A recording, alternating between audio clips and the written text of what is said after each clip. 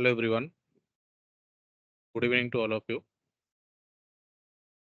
ମୋର last 8th class ପରେ ଟିକେ ଗ୍ୟାପ୍ ହେଇଗଲା ଆଜି।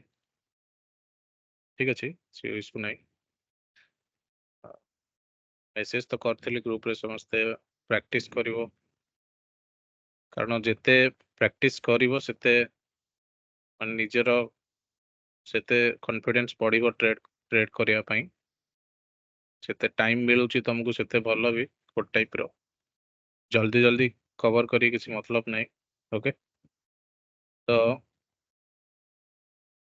ଏବେ ଆକ୍ଚୁଆଲି ଗୋଟେ ବାହାର ଜାଗାରେ ଅଛି, ଟିକେ ଯଦି ନଏଜ୍ ହଉଥିବ ଆଡଜଷ୍ଟ କରିନେବ ପ୍ଲିଜ୍। ଓକେ, ତ ଆଜିର କ୍ଲାସ୍ ଷ୍ଟାର୍ଟ କରିବା। ଓକେ, ତ ଲାଷ୍ଟ କ୍ଲାସ୍ରେ ଆମେ ଯାହା ପଢ଼ିଥିଲେ ଗୋଟେ ମାନେ ଟ୍ରେଡିଂ ସ୍କୋର, ଯେତେବେଳେ ମୋର ପ୍ରାଇସ୍ ଗୋଟେ ଜାଗାରେ ଅଛି, ସେ ଯେତେବେଳେ ମନେକର ହାଏଷ୍ଟ ଜୋନ୍ରେ ଅଛି, ଏବେ ତଳକୁ ଆସୁଛି, ଦେନ୍ ମୋର ଡିମାଣ୍ଡ ଜୋନ୍ରେ ଏଣ୍ଟ୍ରି ନେବା ପୂର୍ବରୁ ମତେ ମୋର ଡିମାଣ୍ଡ ଜୋନ୍କୁ କିଛିଟା ଗୋଟେ ସ୍କୋରିଂ ହିସାବରେ ମୁଁ ଦେଖେ ଯେ ଏଇ ଜୋନ୍ରେ ମୋର ଏଣ୍ଟ୍ରି କରିବି ୟା ଫିର୍ କରିବି ନାହିଁ। ତାର କିଛି ଗୋଟେ କ୍ରାଇଟେରିଆ ଆମେ ଡିଫାଇନ୍ କରିଥିଲେ ଲାଷ୍ଟ କ୍ଲାସ୍ରେ, ଯେମିତି କି ଫ୍ରେଶନେସ୍, ଷ୍ଟ୍ରେଙ୍ଗଥ ମିନ୍ସ ବେସ୍ ଯୋଉ ଡିମାଣ୍ଡ ପରେ ଲେଗଆଉଟ୍ କ୍ୟାଣ୍ଡେଲ କେତେ ଷ୍ଟ୍ରେଙ୍ଗଥ ଅଛି। ଓକେ, ଆଉ ଗୋଟେ କ'ଣ ରହିଲା, ଟାଇମ୍ ଆଟ୍ ଦ ବେସ୍ ଥିଲା ବୋଧେ, କି ବେସ୍ କ୍ୟାଣ୍ଡେଲ ମୋର କେତେ ନମ୍ବର ଅଫ୍ ବେସ୍ କ୍ୟାଣ୍ଡେଲ କେତେ ରହୁଛି। ଓକେ, ତ ଆଜି ଆମେ ଆଉ ଟିକେ ଆଡଭାନ୍ସରେ ଯିବା ୟା ଉପରେ। ଆମେ ଆଜି ପଢିବା ଯେ ଏଣ୍ଟ୍ରି ଟାଇପ କ'ଣ। ଓକେ, ତାପରେ ବି ଆମେ ଲାଷ୍ଟ କ୍ଲାସ୍ରେ ଯୋଉ ଥିଲା ଆମର ଯୋଉ ଅର୍ଜୁନ ଦୁର୍ଯ୍ୟୋଧନ ଯୋଉ ଏକ୍ଜାମ୍ପଲ ଦେଇଥିଲି, ବିଗ୍ ଟାଇମ୍ ଫ୍ରେମ୍ ଯୋଉ ଜିନିଷଟା, ତାର ସପୋର୍ଟ କେତେ ଇମ୍ପୋର୍ଟାଣ୍ଟ ଆମର ଟାଇମ୍ ମାନେ ଟ୍ରେଡିଂରେ, ତା ଉପରେ ବି କିଛିଟା ଏକ୍ଜାମ୍ପଲ ଦେଖିବା, ଟିକେ ତା ଉପରେ ଟିକେ ଡିସ୍କ୍ରାଇବ୍ କରିବା। ସେଥିରେ ଆହୁରି ଭଲ ମାନେ କନଫିଡେନ୍ସ ଆସିବ। ଧୀରେ ଧୀରେ ଟ୍ରେଡିଂ ଯୋଉ ଡର ଗୋଟେ ଥାଏ ନା ମନରେ, ଏଣ୍ଟ୍ରି କରିବିନି, ଲସ୍ ହେଇଯିବ କି କ'ଣ, ସେ ଡର ସବୁ ଆପେ ଆପେ ପଳେଇବ। ଓକେ, ତ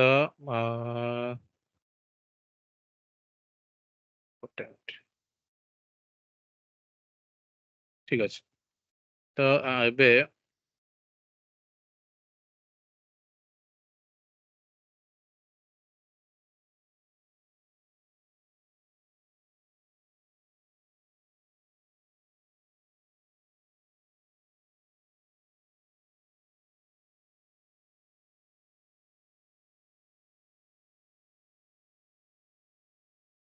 ଆଜି ଆମେ ପଢିବା ଏଣ୍ଟ୍ରି ଟାଇପ। ଓକେ, ଆମର କେତେ ପ୍ରକାର ଏଣ୍ଟ୍ରି ଆମେ କରିପାରିବା। ଠିକ୍ ଅଛି, ଗୋଟେ ଟ୍ରେଡ୍ ନେବା ପୂର୍ବରୁ ଆମେ ଦେଖିବା ଯେ କୋଉ ଟାଇପର ଏଣ୍ଟ୍ରି ଆମେ ଏଠି କରିବା, ଯୋଉଟା କି ଆମର ରହିବ ସବୁବେଳେ execution time frame. Execution time frame କ'ଣ ସେଟା ତ ଜାଣିଛ, ଭଲସେ କହିସାରିଛି।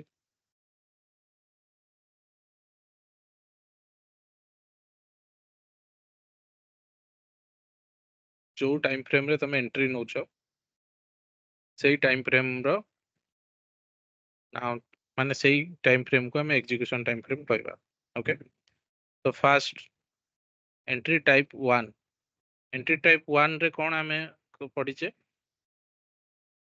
ଆମର entry type 1। Okay, entry type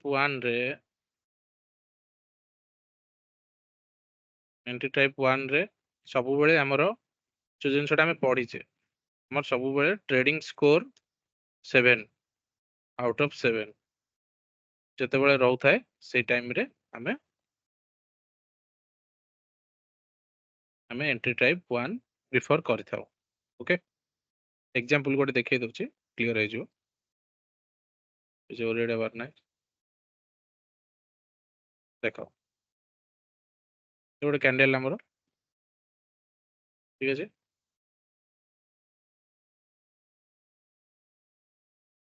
ବେସ୍ କ୍ୟାଣ୍ଡେଲ, तापर हमरो गोटे ग्रीन कैंडल फॉर्मेशन ହେଇଛି ओके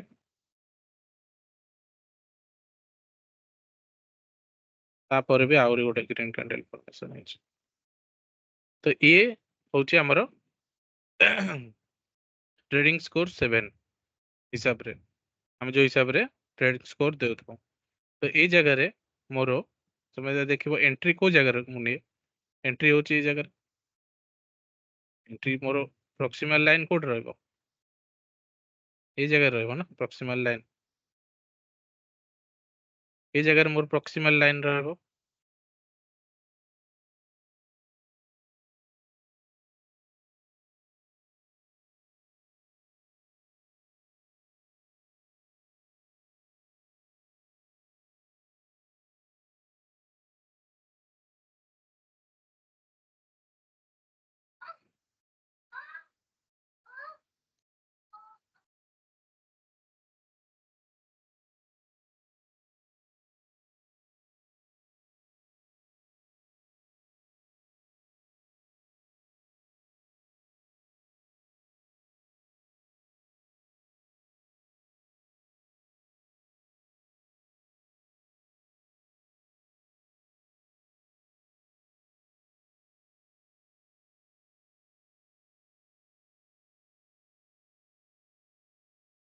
ओके हम कोड थिले ऑलरेडी डिस्टर्ब करले ये एंट्री टाइप रे ठीक है ए जगह रे हमर रहला प्रॉक्सिमल लाइन तापरे ए जगह रहबो मोर डिजिटल लाइन कोन जोटा मोर स्टॉप लॉस ओके देन मोर जते बेले भी मान्य प्राइस पुन थर जते आसीबो बुली की प्राइस जते बेले मोर रिवर्स हबो ए जगह को मोर ए जगह रे मोर एंट्री रहे ये होची मोर entry type 1 okay entry type 1 ए जगह रे मोर रहबो एंट्री एबे भलसे देखो कारण आज क्लास पर तमे ट्रेड करि परिबो मु जति आज जाय पढ़ाई सारलेनी सेतिकी रे तो मु जहा माने आराम से गोटे ट्रेड नहीं पारियो कारण मु आज रिस्क मैनेजमेंट पढ़े देबी प्लस तुम पोजीशन साइजिंग केते कोन रखिबो तार भी फार्मूला कहि देबी ओके आउ एंट्री टाइप भी अछि पढ़े देबी तो लास्ट को हमें कंक्लूड कर देबा लास्ट माने हमर 9th क्लास जाए 1 2 3 4 5 7 जेतो क्लास हैला सब जगर मेन बिग पॉइंट जोरा रहइबो बुलेट पॉइंट ताको मु लास्ट को समराइज करिकी हमु कहि देबी जे को बेसिस रे तमे ट्रेड करिवो एबे काली ठारो ओके तो आज है केते तारीख आज है 14 तारीख ना संडे काली 15 तारीख 15 काली हिसाब रे तमे आराम से ट्रेड करि परिबो ओके तो एबे देखो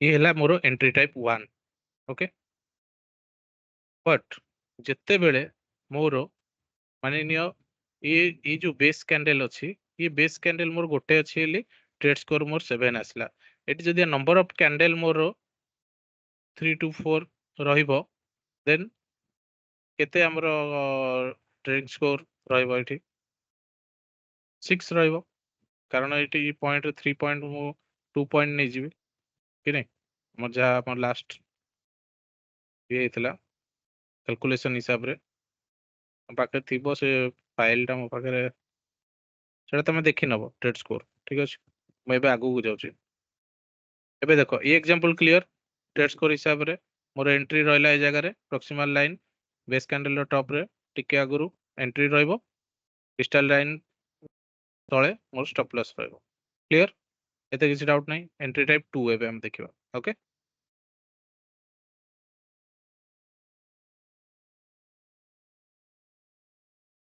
बे आसीबा एंट्री टाइप 2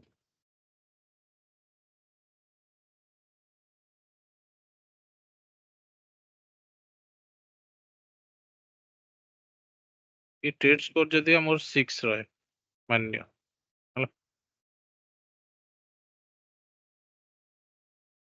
6.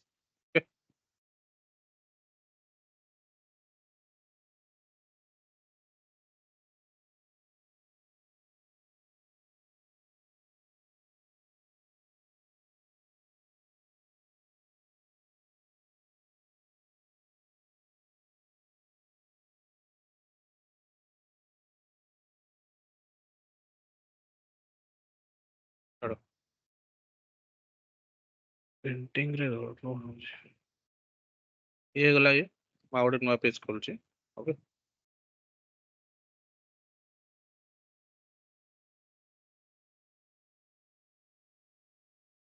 ଆମର ରହିବ ଏବେ ଏଣ୍ଟ୍ରି ଟାଇପ 2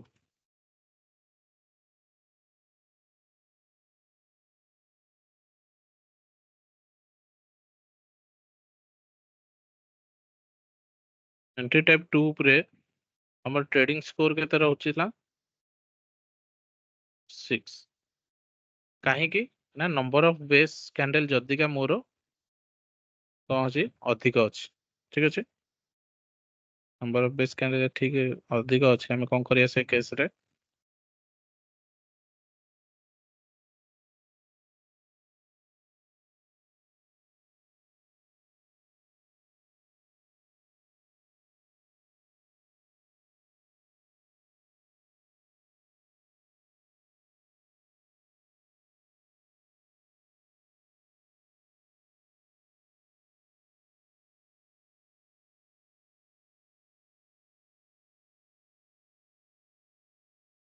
ଗୋଟେ ବେସ୍ କ୍ୟାଣ୍ଡେଲ ଏମିତି ସିଧା ହିଁ ଆସିବ ବୋଲି କିଛି ଗ୍ୟାରେଣ୍ଟି ନାହିଁ ଓକେ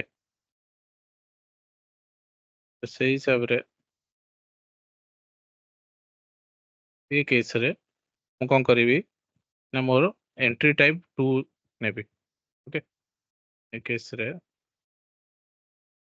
ମୋର ଏଣ୍ଟ୍ରି ରହିବ ଏଠି एंड स्टॉप लॉस ରହିବ ଏଠି ଠିକ ଅଛି କ୍ଲିୟର ଏଥିରେ ଇଏ ମୋର ଏଣ୍ଟ୍ରି ଟାଇପ 1 ର ଠିକ ଅଛି ଏ କେସରେ ମୁଁ କଣ କରିବି ଏ କେସରେ ମୁଁ କଣ କରିବି ଯେତେବେଳେ ମୋର ଏଟା ଆମର ଏଣ୍ଟ୍ରି 2 ଟାଇପ 2 ପଢଉଛେ ଆମେ ଓକେ ଏବେ ଯଦିକା ପ୍ରାଇସ୍ ମୋର ତଳକୁ ଆସିବା ଷ୍ଟାର୍ଟ କଲା ଏମିତି ମାନେ କର ଓକେ ଏମିତି ତଳକୁ ତଳ ଆସିଲା ଯେତେବେଳେ ସେ ଏଣ୍ଟ୍ରି କରିଦବ ଏଣ୍ଟ୍ରି କରିସାରିବ ଏଇଟା ମୋର ଏଣ୍ଟ୍ରି ପଏଣ୍ଟ ହେଲା এটা ସବୁବେଳେ ମନେ ରଖ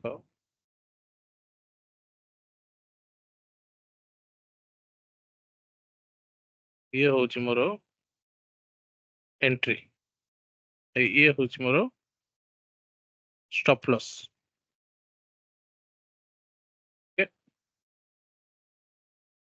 ତ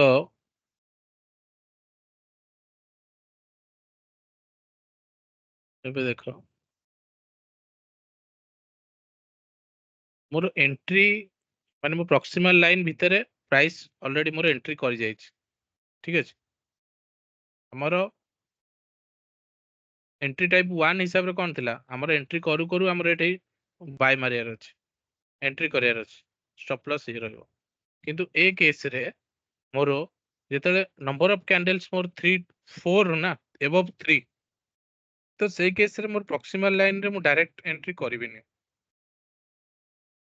ଓକେ ଏଇଟା ରୁଲ ଏଟା ତମେ ମାନିବାକୁ ପଡିବ ୟା ଫିର ତମେ ବ୍ୟାକ୍ ଟେଷ୍ଟ କରିକି ଦେଖିବ ଯେତେବେଳେ ବି ପ୍ରକ୍ସିମାଲ ଲାଇନ ଆସି ଟଚ୍ କରି କେତେବେଳେ ସଡନ ଯାଇନି ସେ ଯାହା ହେଲେ ଭିତରକୁ ଆସିବ ଠିକ ଅଛି କାରଣ ମୋର ଟ୍ରେଡ ସ୍କୋର ଏଠି କମିଗଲା ଗୋଟେ ଦେଖ ଆର ଲାଷ୍ଟ ଇୟର 7 ଥିଲା ଏଠି 6 ହେଇଗଲା ତ ଯେତେବେଳେ ମୋର ଟ୍ରେଡ ସ୍କୋର 6 ରହୁଛି ସେ କେସରେ କଣ କରିବି ମୋର ଏଇ କ୍ୟାଣ୍ଡେଲକୁ ମତେ କ୍ଲୋଜ ହେବାକୁ ଦେବି ଏଇ କ୍ୟାଣ୍ଡେଲ ମୋର ଯେତେବେଳେ କ୍ଲୋଜ ହେଲା ନା ତୁରନ୍ତ ମତେ ନେକ୍ସଟ କ୍ୟାଣ୍ଡେଲ ଫର୍ମେସନ ଏଇଟା ଏକ୍ଜିକ୍ୟୁସନ ଟାଇମ ଫ୍ରେମରେ କ୍ଲୋଜ ମନେକର 5 ମିନିଟରେ ଏକ୍ଜିକ୍ୟୁସନ କରୁଛ ତ 5 ମିନିଟର କ୍ୟାଣ୍ଡେଲ କ୍ଲୋଜ ହେବାକୁ ଦବ 5 ମିନିଟର କ୍ୟାଣ୍ଡେଲ କ୍ଲୋଜ ହେବାକୁ ଦବ ଯଦି କ୍ଲୋଜ ନ ହେଇକି ଏଇଠୁ ହିଁ ପଳଉଛି ଉପରକୁ ଯିବାକୁ ଦବ ଛାଡିଦବ କିଛି ଜରୁରତ ନାହିଁ ସେ ଆସିବ ଦେଖିବ ବୁଲି ବୁଲିକି ଆସିବ ଭିତରକୁ ସେ ଯେତେବେଳେ ବି ଭିତରକୁ ଏଣ୍ଟ୍ରି ହେଲା ପ୍ରିଭିୟସ କ୍ୟାଣ୍ଡେଲ ଯେତେବେଳେ ଫର୍ମେସନ ହେଲା ନା କ୍ୟାଣ୍ଡେଲ ଫର୍ମେସନ ହଉ ହଉ ହିଁ ତମେ ଏଣ୍ଟ୍ରି କରିବ ଏଠି ବୁଝିପାରୁଛ ଇଏ ରହୁଛି ଏଣ୍ଟ୍ରି ଟାଇପ 2 ପଢଉଛି ଭଲରେ ଧ୍ୟାନ ଦିଅ ପୁଣି ଦେଖ କ୍ୟାଣ୍ଡେଲ ଏମିତି ଚାଲିବ ଓକେ ତ ତମକୁ एंट्री करियार अछि एई पॉइंट रे सेठी से केस रे तुमको एंट्री करियार अछि एई पॉइंट रे माने एई कैंडल जतले फॉर्मेशन हवा स्टार्ट हो कैंडल क्लोज हैला तो तुमको बाय मारियार अछि स्टॉप लॉस सेम रहइबो स्टॉप लॉस सेम रहइबो तो ए केस रे कोन हबो तमरो एंट्री ए जगह रे न करी तम एंट्री रे ए जगह रहइबो जे मान लियो या तळु तापर आहुर तळु तळ गला तळु तळ जाऊ जाऊ जाऊ तम स्टॉप लॉस जाय वेट करबो तो देखिबो कैंडल एठो ही बुली पारे या एठो बुली पारे तो वंस के नंबर ऑफ कैंडल तमर 3 एबव 3 थाए ना देन तमे वेट करो प्रॉक्सिमल लाइन भीतर को जिबा को दियो एंड सेतरे क्लोज करिया दियो कैंडल क्लोज करिया दियो तापर जाई ही एंट्री करो क्लियर हो जी जिनसटा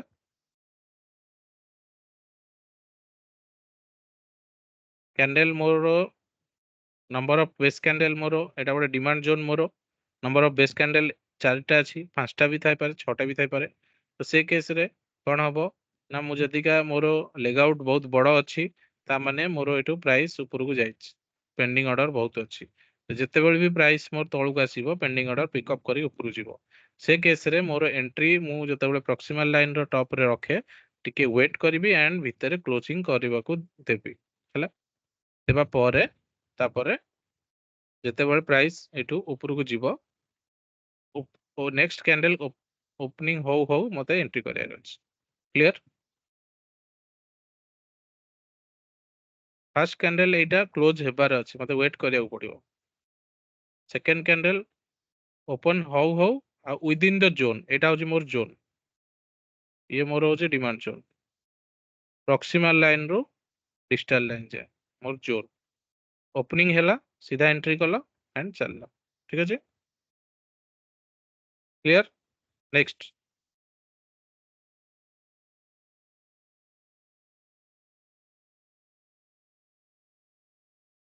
ଆଉ ଗୋଟେ ହବ ମୋର entry type 3 total entry type होची तीनोटी होची एंट्री टाइप 3 एंट्री टाइप 3 रे मोर भी ट्रेडिंग स्कोर माननियो 6 अछि कारण 7 केस रे मु पढाई देली केमते 6 आ गुटे जोन रे भी 6 माने नंबर ऑफ बेस कैंडल ही सेम मोर अधिक अछि ठीक अछि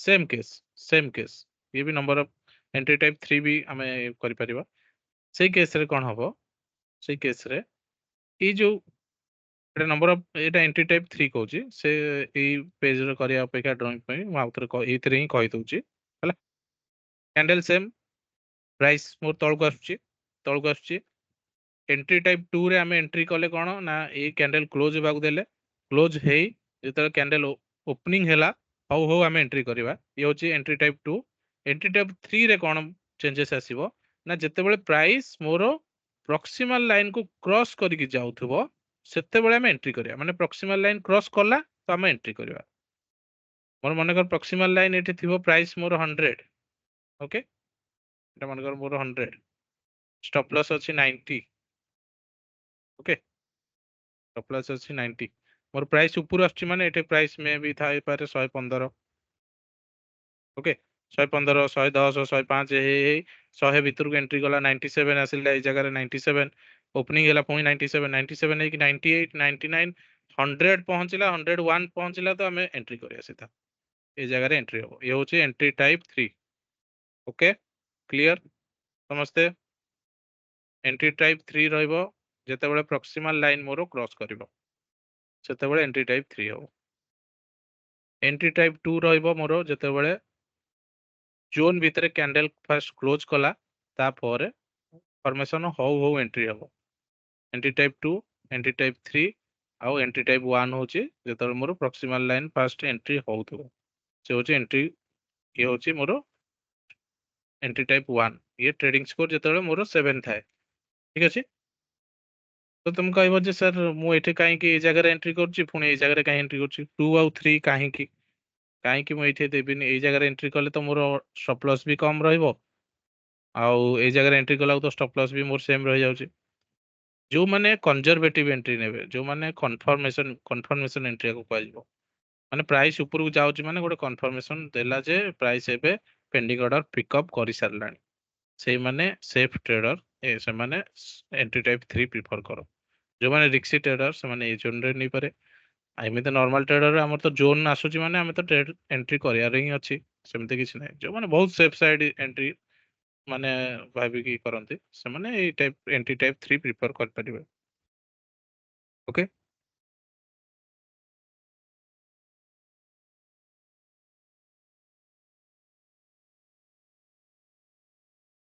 କ୍ଲିୟର ହେଲା ଜିନିଷଟା? Entry type clear, entry type 1, entry type 2, entry type 3 clear. ଆଉ ଥରେ ଦେଖି ନବ ରେକର୍ଡିଂସ୍, ଠିକ ଅଛି, କ୍ଲିୟର ହେଇଯିବ ଜିନିଷଟା।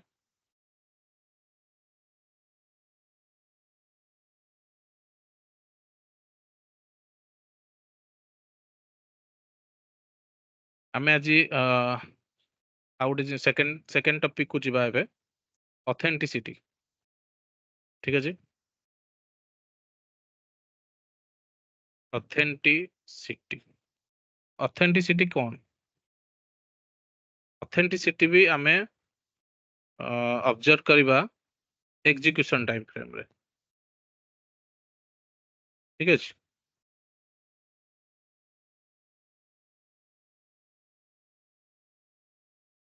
ଅଥେଣ୍ଟିସିଟି ବି ଏକ୍ଜିକ୍ୟୁସନ ଟାଇମ ଫ୍ରେମରେ ହିଁ ଆମେ ଅବଜର୍ଭ କରିବା। ତ ଅଥେଣ୍ଟିସିଟି ବୋଲେ କଣ? ଅଥେଣ୍ଟିସିଟି ମାନେ ଫ୍ରେଶନେସ୍ ର ଆମେ ଆଉ ଗୋଟେ ମାନେ ନୂଆ ନାଁ ଦେଉଛେ ଅଥେଣ୍ଟିସିଟି। ଯୋଉ ଜିନିଷଟା ଆମେ ଫ୍ରେଶନେସ୍ ମାନେ ଯୋଉ ଜିନିଷଟା ଆମର ଟେଷ୍ଟେଡ। ଠିକ ଅଛି, ତ ଗୋଟେ ଜୋନ୍ ଯଦି ଆମର ଅଥେଣ୍ଟିସିଟି ଅଛି ସେ ଜୋନରେ, ମନେକର ଏଇଟା ଗୋଟେ ଡିମାଣ୍ଡ ଜୋନ୍ ମୁଁ ବନଉଛି ଏବେ।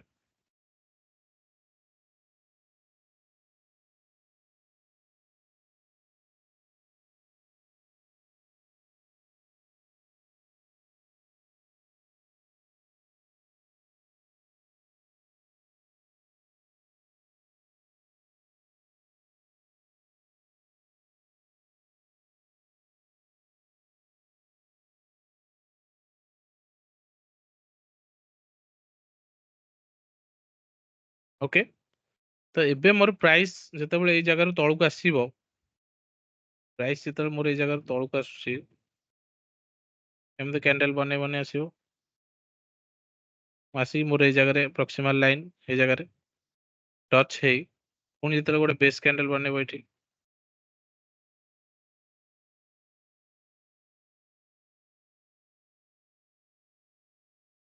এই ଜାଗାରୁ ପିକଅପ୍ କଲା ପରେ ଏଣ୍ଟ୍ରି ପଏଣ୍ଟ ମୋର କୋଉଠି ଅଛି?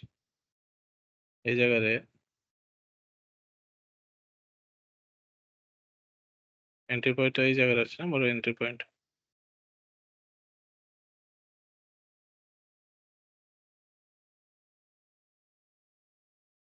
ଏଇ ଜାଗାରେ ମୋର ଏଣ୍ଟ୍ରି ପଏଣ୍ଟ ଥିଲା, ମୋ ଷ୍ଟପ୍ ଲସ୍ ଅଛି ଏଇ ଜାଗାରେ। ଠିକ ଅଛି, ये बेस कैंडल मोर फॉर्मेशन है माने पेंडिंग ऑर्डर पिकअप कला ए ऊपर जीवा को रेडी हो जी। क्लियर? ये जगह रे माने करो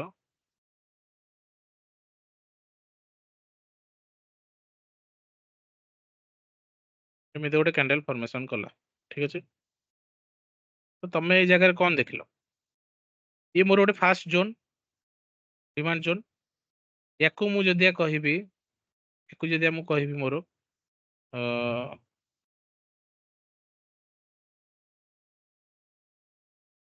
जोन 1।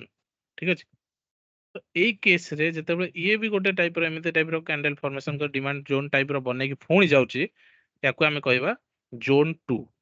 ठीक अछि, ये मान्य मोर जोन 2। ओके,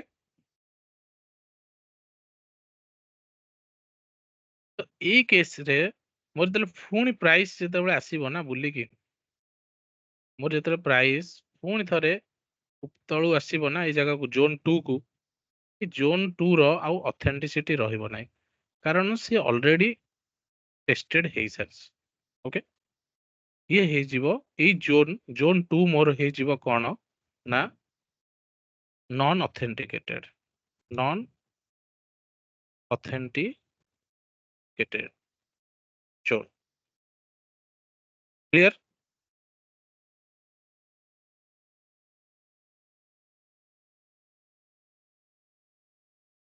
जतिका जतिका मोर एई कैंडल टा जो नॉन ऑथेंटिकेट जोन जोटा आमे कहूचे एबे एई कैंडल जो ब्रेकआउट कैंडल मोर जदिका मानि नियो आहुरी गोटे बड़ बड़ कैंडल फॉर्मेशन कर देछि ए जगह रे आ प्राइस मोर एबे बुलिक आसीबो एई जगह ओके प्राइस मोर आसीबो एबे बुलिक ए जगह पळै एई जगह जदि प्राइस आसुची देन एई जगह रे कोन करा जीवो ये मोर जोन 2 भले ही ऑथेंटिकेटेड बट ट्रेडेबल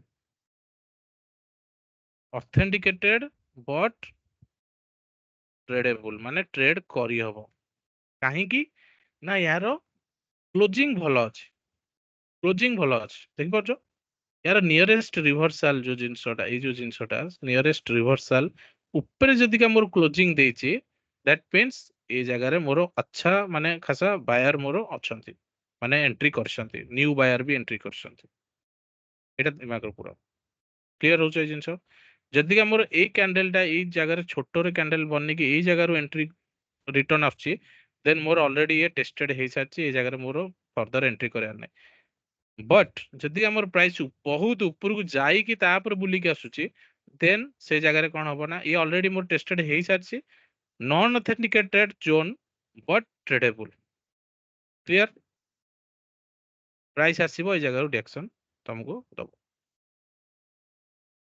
जेते बेले ए इते बड़ रैली जदि का मोर देइथिबो ए जोन रो ता माने मोर प्राइस जेते बेले भी आसीबो ए जगह रो रिएक्शन नबो ही नबो तो से केस रे हमें आकु कहबा non authenticated but tradable okay ये होची मोर ऑथेंटिसिटी जिनसटा गोटे जोन जेते बेले आसी टेस्टेड हुए एंड फर्दर मूवमेंट करे सेते बेले ए जोन जो जोन क्रिएशन करी जाए से जोन मोर नुआ जोन बनाए डिमांड जोन टाइप रो बट सी नॉन ऑथेंटिकेटेड हो जाए कारण सी ए जगह रु से टेस्टेड होता है पूर्व जोन रु टेस्टेड होता है देन से नॉन ऑथेंटिकेटेड जिते बड़े नुआ जोन बनै बनै जाउ थाए देन सेटा फ्रेश ऑथेंटिकेटेड जोन को हजिबो ओके एग्जांपल दी तीनटा देखेले तुम जानि परिबो हला एई केस रे तमे देखो प्राइस जदि का ए जगह को मोर गला एट प्राइस हला एबे देखो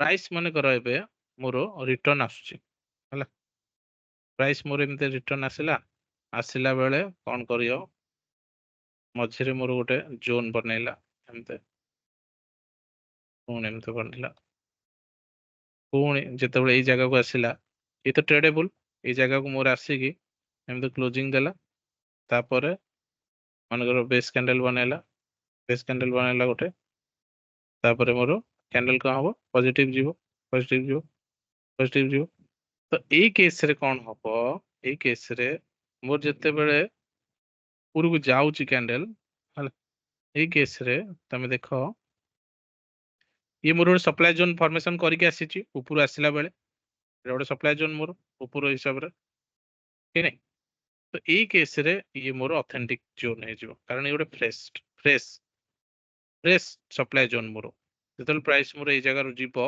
एई जगह रु मोर रिएक्शन नबो से ये मोर जोन फॉर्मेशन एई केस रे ये होची मोर ऑथेंटिक जोन जेतेबेले एई केस रे न्यू जेतेबेले न्यू डिमांड जोन को से मिलथुबो ना सेतेबेले से ऑथेंटिक थाए सेतेबेले वंस तापर टेस्टेड हे कि तळु जदि का माने कर एटे प्राइस आसिला तळु को एई जगह रे हला सेतिका मोर नेक्स्ट कैंडल या भीतर पसी की सप्लाई जोन रो कैन मोर एमिते बनेला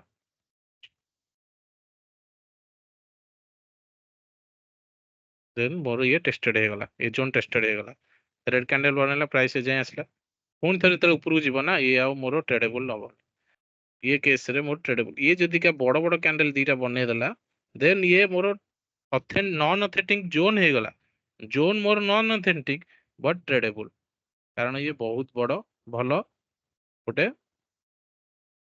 माने भलो स्ट्रक्चर फॉर्मेशन करथाय प्राइस रो वैल्यू को मोर बहुत तळको आनथाय ଯଦି ସେଇ ପାଖାପାଖି ମୋର କ୍ଲୋଜିଂ ଦେଇକି ସେଇଠୁ ବୁଲୁଥାଏ ଦେନ୍ ସେଟା ନଟ୍ ଟ୍ରେଡେବୁଲ।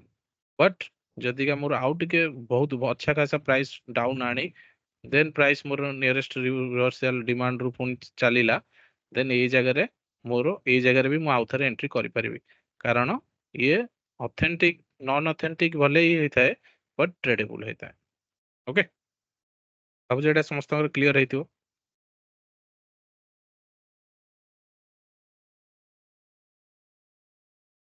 ଯୋଉ ଜିନିଷଟା ଆମେ ଏବେ ପଢିଲେ ତାକୁ ମୁଁ କିଛିଟା ଚାର୍ଟ ରେ ମୁଁ ଦେଖିବାକୁ ଟ୍ରାଏ କରୁଛି। ଦେଖ,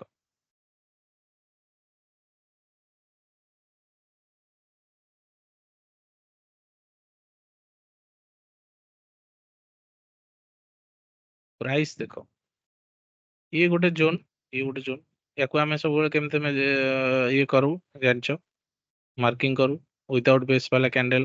ଯେତେବେଳେ ମାର୍କିଂ ଏମିତି ହୁଏ, ଏମିତି ମାର୍କିଂ, ଠିକ ନାହିଁ। ପ୍ରାଇସ୍ ଯେତେବେଳେ ଏଇ ଜାଗାକୁ ଆସୁଛି, ଏଇ ଜାଗାକୁ ପ୍ରାଇସ୍ ଯେତେବେଳେ ଆସୁଛି, ଇଏ ଭଲେ ହିଁ ମୋର ଏଇ ଜୋନ୍ ରୁ ରିଆକ୍ସନ ନେଇକି ଯାଇଛି, ଏଇ ଡିମାଣ୍ଡ ଜୋନ୍ ରୁ। ଇଏ ମୋର ଅଥେଣ୍ଟିକ ଜୋନ୍ 1, ଇଏ ଜୋନ୍ 2, ଇଏ ମୋର ଅଲରେଡି ଟେଷ୍ଟେଡ, ଏଇ ଜୋନ୍ ରୁ ଟେଷ୍ଟେଡ, କିନ୍ତୁ यार क्लोजिंग देखो ऊपर को जाए केते पूरा ऑलमोस्ट ए जाए जाए तापर भी प्राइस जाए ये नियरेस्ट रिवर्सल जो ना ता ऊपर क्लोजिंग देच, ठीक पछ ना।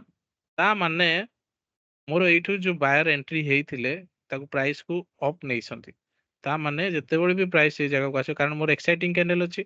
एक्साइटिंग कैंडल माने मोर पेंडिंग ऑर्डर से जगह रे, जो जगह एक्साइटिंग कैंडल ए जगह पेंडिंग ऑर्डर नथिबो, कारण मोर एक्साइटिंग कैंडल ए जगह नै, किंतु एक्साइटिंग कैंडल ए जगह देखो गोटे बड अछि। तो प्राइस जितेबेले भी जोन को आसीबो जीवो, देखो ए जगह को आसी प्राइस एठु केमति रिएक्शन नै ची जगह देख पछो नै, ए जो जोन रो जाई प्राइस टा एठु उठी ची, एटा गोटे कैंडल एमिते बनै ची, ता माने प्राइस गैप अप खोली की, गैप अप खोली की प्राइस एठु क्लोजिंग हे ची 15 टा 15 देखो प्राइस। नेक्स्ट 9 टा 15 तो प्राइस एठु ओपनिंग हे ची ना, ए जगह को जतले आसी ची गैप फिल करिकी ए जगह रो पुनी प्राइस नै जाई ची। तो ये जगह এটা ଗୋଟେ ଏମିତିଆ କ୍ୟାଣ୍ଡେଲ ଯୋଉରା ଫର୍ମେସନ ହେଇଥାଏ ନା, ଏଟା ଗୋଟେ ବହୁତ ବଢିଆ ଏଣ୍ଟ୍ରି ହେଇଥାଏ ବାୟର ମାନଙ୍କର। ଯେତେବେଳେ ବି ପ୍ରାଇସ୍ ଏ ଜାଗାକୁ ଆସିଥିବ ନା, ତମେ ଦେଖ ଏଣ୍ଟ୍ରି ଏ ଜାଗାକୁ ଦେଖ ପ୍ରାଇସ୍ ଆସିଲା ଗୋଟେ ଦିନ 9ଟା 15 ରେ 12 ଏପ୍ରିଲ ରେ ଏ ଜାଗାକୁ କେମିତି ଗୋଟେ ଗ୍ରୀନ କ୍ୟାଣ୍ଡେଲ ଫର୍ମେସନ ହେଲା, କାରଣ ଏଠୁ ପେଣ୍ଡିଂ ଅର୍ଡର ନେଇକି ଚାଲିଲା। ତ ଏଇ ଏଇ ଏଇ ଯୋଉ ଜୋନ ର ଏଇ ଯୋଉ ରାଲିଟା ଦେଇଛି ଏଇ ଜାଗା, ଏଇ ଯୋଉ ମୁଭମେଣ୍ଟ ଟା ତାର ଏଇ ଯାଏଁ ସେ ଅଲରେଡି 80% କଭର କରିସାରିଲାଣି, ପେଣ୍ଡିଂ ଅର୍ଡର ନେଇ ସାରିଲାଣି। ତାପରେ ବି ମେନ୍ ଅରିଜିନ ଯାଏଁ ଆସିନି। ଅରିଜିନ ଯାଏଁ ଯେତେବେଳେ ବି ଆସିଛି ପ୍ରାଇସ୍ ଦେଖ, ଅରିଜିନ ଆସିଲା ଟଚ୍ ହେଲା ଜଷ୍ଟ ତା ଉପରୁ ଟିକେ ପ୍ରକ୍ସିମାଲ ଲାଇନ ଉପରୁ ଏଣ୍ଟ୍ରି କହିଥାଏ। ଏଇ କେସରେ ଦେଖ ଏଇ ଏଣ୍ଟ୍ରି ପରଫେକ୍ଟ ନେଇଛି, ଏ ଜାଗାରୁ ସିଧା ପ୍ରାଇସ୍ 48,600 ରୁ ସିଧା ପ୍ରାଇସ୍ ଗଲା କେତେ 48,800, 200 ପଏଣ୍ଟ ମୁଭମେଣ୍ଟ ଦେଲା କି ନାଇଁ, ଦେଖିପାରୁଛ କି ନାଇଁ। ଏ ଜୋନ ରେ ଇଏ ଜୋନ 1 ଜୋନ 2 ହେଇଗଲା। ଫର୍ଦର ଆସିବ ଯେତେବେଳେ ଆମର ଟ୍ରେଡେବୁଲ ମାନେ ନନ୍ ଅଥେଣ୍ଟିକ ଜୋନ୍, କିନ୍ତୁ ଯେହେତୁ ପ୍ରାଇସ୍ ଆମକୁ ଉପରକୁ ଯାଇଛି ଆମେ ଏଟା ଟ୍ରେଡେବୁଲ, ତ ଏଇ ଜାଗାରେ ଆମେ ଟ୍ରେଡ ନେଲେ ଆମର ଷ୍ଟପ ଲସ୍ ରହିବ ବହୁତ କମ ଏଇ ଜାଗାରେ। କିନ୍ତୁ ଆମକୁ ଭଲ ଆଚ୍ଛା ଖାସା ସେ ଏଇ ଯୋଉ ଦିଟା ମୋର ଷ୍ଟପ ଲସ୍ ଯଦି ମୁଁ ଦେଖିବି, ତମେ ଦେଖ ଏଇ ଦିଟା ଯୋଉ ପ୍ରାଇସ୍ ଅଛି 48,500 କାଲବ୍ରୁସ୍ 71 କେତେ point 20 point stop loss, 200 point movement ମତେ ଦେଲା ଉପର ସେ 200 ପଏଣ୍ଟ ଟାର୍ଗେଟ ଦେଲା, ଠିକ ଅଛି। କେତେ 1:10 ରେସିଓ, ବୁଝିଲ। ତ ଏଇଆ ହଉଛି ଜିନିଷ, ତମେ ଯେତେ ୟାକୁ ମାନିବ ସେତେ ତମକୁ ଭଲ ରେଜଲ୍ଟ ଦବ, ଯେତେ ନ ମାନିବ ଯେତେ ବିଲିଭ ନ କରିବ ସେତେ କନଫ୍ୟୁଜନ ହବ ତମେ। ଓକେ, ତ ଏଇ ଜାଗାରେ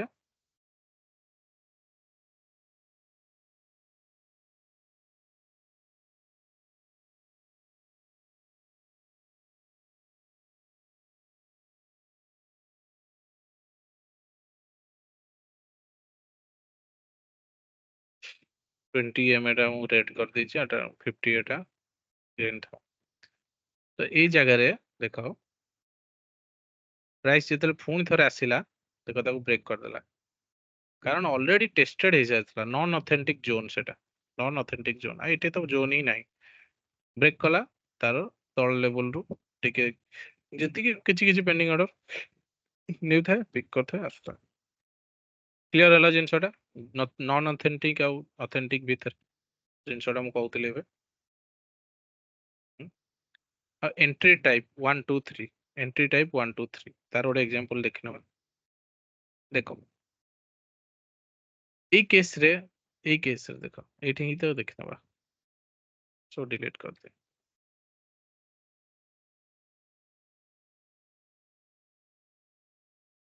ए केस रे ये गोटे तमे कहि पारे मोर डिमांड ये गोटे बड़ रैली फॉर्मेशन कर करी जाय छै एठी तो तमे एई जगह रे तमे जदि या देखिबो तमे बनेइबो और स्टॉप लॉस रहइबो एठी हेला एई जगह रे कोन करियो तमे कोन करियो सडन एठी एंट्री करो या भीतर कैंडल क्लोज कला ना क्लोज पर संग संग एंट्री हैला ये कैंडल क्लोज कला ना मोर एग्जीक्यूशन टाइम फ्रेम 15 मिनिट रे क्लोज कला नेक्स्ट कैंडल ओपनिंग हो मु एंट्री कली मोर स्टॉप लॉस भी सेम रहइबो एठो देखो प्राइस ऊपर चलला सीधा जाए बुझिपन ये होची मोर एंट्री टाइप 2 जे ये बहुत सेफ साइड ये तेरे ए प्राइस ये जो हॉरिजॉन्टल लाइन अछि ना ये जो हॉरिजॉन्टल लाइन अछि ना ये हॉरिजॉन्टल लाइन जतल क्रॉस करियो सेतल एंट्री करियो एंट्री टाइप 3 48615 जो प्राइस एट अछि 48615 रे जे एंट्री करिवो ये जगह रे से होची एंट्री टाइप 3 से 48590 रे एंट्री कला कैंडल एटा क्लोज हैला तापर कैंडल फॉर्मेशन हैला कैंडल ओपनिंग हैला तळगु टिके आछी पुनी तापर चलछि ऊपर गला ओके ये होची एंट्री टाइप 2 हमर जेतेबेले माने एंट्री टाइप 1 रो एग्जांपल देखैछि देखो सिंगल बेस कैंडल सिंगल ये रहिथो सेटा देखो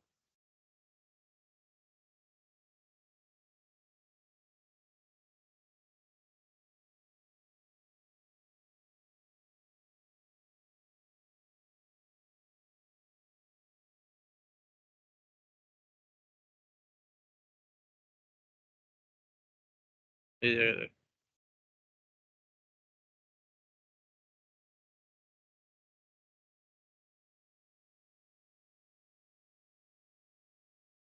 गोटे जोन एटा भी तमे लेग आउट नहीं परियोनी लेगिन नहीं पारन कारण जोन ए बेस कैंडल भीतर ए जोन स्ट्रक्चर रू जानिबो तो जते बळे भी प्राइस ए जगह को आसीबो एते बड़ रैली बड़ एक्साइटिंग कैंडल देखिलो ना से जगह सीधा मार दबो गारो जते बळे भी प्राइस आसे जोट मूवमेंट दबो ही दबो आई सब केस बैंक निफ्टी रे तमे देखिबो 48 300 रु प्राइस ए जगह को आसी प्राइस गला 500 300 पॉइंट मूवमेंट मान भाई पड़छ 150 पॉइंट तमर प्रीमियम रे मूवमेंट कोन दरकार हम्म बस पेशेंस ର ସହିତ ୱେଟ୍ କରିବାର ଅଛି ନିଜ ସେଟଅପ ଉପରେ ବିଲିଭ କରିବାର ଅଛି ସବୁଠି କାମ କରୁଛି ଡିମାଣ୍ଡ ସପ୍ଲାଏ ତମେ ଦେଖ ନା ସବୁ ଜାଗାରେ କାମ କରିବ ତମକୁ ନିଜକୁ ନିଜର ସେଟଅପ ଉପରେ ବିଲିଭ ରଖିବାର ଅଛି ବାସ୍ ଆଉ କିଛି ନାହିଁ ବୁଝିପାରୁଛ ନା ଯେ କହୁଥିବ ଯେ ସାର୍ ପ୍ରାଇସ୍ ମୋର ଉପରକୁ ଯାଉଛି କେମିତି ତଳକୁ ଆସିବ କେମିତି କେବେ ଆସିବ କେବେ ତଳକୁ ଆସିବ ସେ ସବୁ କେମିତି ହବ ସେ ସବୁ ଆପେ ଆପେ ହବ ଅନେକ ଭାବୁଥିବ ନା ସାର୍ ପ୍ରାଇସ୍ ଆଜି ପଳେଇଲା ମୋ ଜୋନ୍ କୁ ଆସିଲାନି ଆସିନି ନା ଆଜି କାଲି ଆସିବ ପକ୍କା ଆସିବ କାରଣ ପ୍ରାୟ ମାର୍କେଟ ର ମାନେ ରୁଲ ହିଁ ସେଇଆ ମାର୍କେଟ ର ରୁଲ ହିଁ ସେଇଆ ସିମ୍ପଲ ପେଣ୍ଡୁଲମ ଯୋଉ ଜିନିଷଟା ତମକୁ କହିଥାଏ ପ୍ରାଇସ୍ ଅପ୍ ଯାଉଛି ତ ତଳକୁ ଆସିବ ନିଶ୍ଚୟ ଆସିବ ଏବେ ଦେଖ ବ୍ୟାଙ୍କ ନିଫ୍ଟି କେସ୍ ରେ ରେଲିଓ ଟାଇମ ଫ୍ରେମ ରେ ଏବେ ଦେଖ କାଲି ପ୍ରାଇସ୍ କେତେ ତଳକୁ ଆସୁଛି ପ୍ରାଇସ୍ ଏଇ ଯାଏଁ ଆସିବ ମୋର ଡିମାଣ୍ଡ ସପ୍ଲାଏ ହିସାବରେ ये ଯଦି ଗୋଟେ ମୋର ଲେଗ ଆଉଟ ଲେଗ ଇନ ବେସ୍ ଲେଗ ଆଉଟ ହେଲା ନା ୟାକୁ ଯଦି ଲେଗ ଆଉଟ ଧରିବି ମୁଁ ତ ମୋର ମାର୍କିଂ କୋଉ ହିସାବରେ କୋଉ ଜାଗାରେ ରହୁଛି ବେସ୍ ର ଉପରେ ରହିଲା ये ହେଲା ମୋର या फिर सेफ साइड हेले वो बेस कैंडल रो टॉप रे रखिबे देखो प्राइस 48000 जदि न आसो कहयो प्राइस 48000 आसीबो ही आसीबो एंड 400 500 पॉइंट रो मूवमेंट दबो आज 14 तारीख ना हमें देखिबा नहीं नेक्स्ट क्लास भीतर ये को जाय जाउछ केमते जाउछ मूवमेंट करूछ सब सही डिमांड सप्लाई खाली लोक तक अलग अलग वे रे आडे से आडे माने टिके कंफ्यूजन करूछंदी रिटेटेड फसुछंदी खाली फालतू रे ମୁଁ ବି ଫସିଥିଲି ଏଟା କିଛି ବଡ କଥା ନୁହେଁ ଯେତେବେଳେ ଯାଏଁ ତମେ ସହି ଟ୍ରେନିଂ ଠିକ ମାନେ ଇଏ ଗାଇଡେନ୍ସ ନ ପାଇଛ ସେତେବେଳେ ଯାଏଁ ସବୁ ठीक ठाक नाही तो ये जोनटा क्लियर है एंट्री टाइप ऑथेंटिसिटी क्लियर है गला ओके आ गोटे जिनस अच्छी ट्रेडिंग स्टाइल ठीक अच्छे आज 9th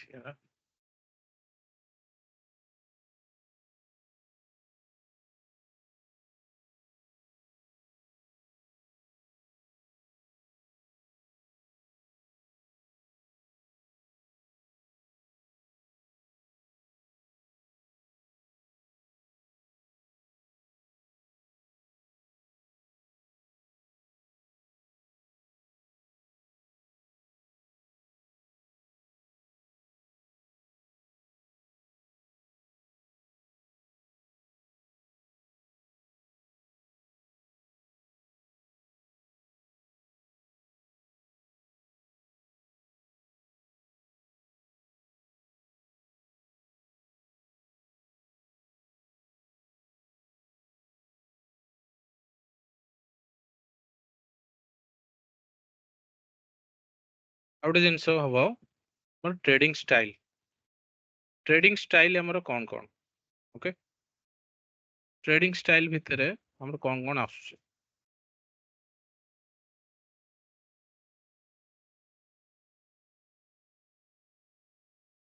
देख ट्रेडिंग स्टाइल बोले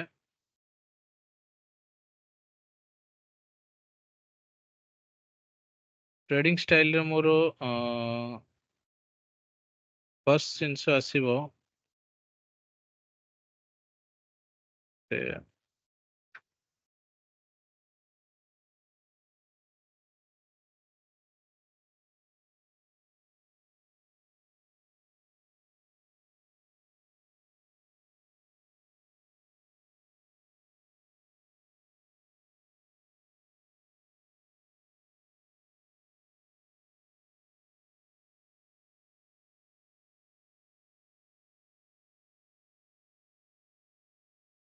केते प्रकार ट्रेडिंग हमें करि परिया केते टाइप रो ट्रेडर अछंती मार्केट रे ओके किछि अछंती एचआईटी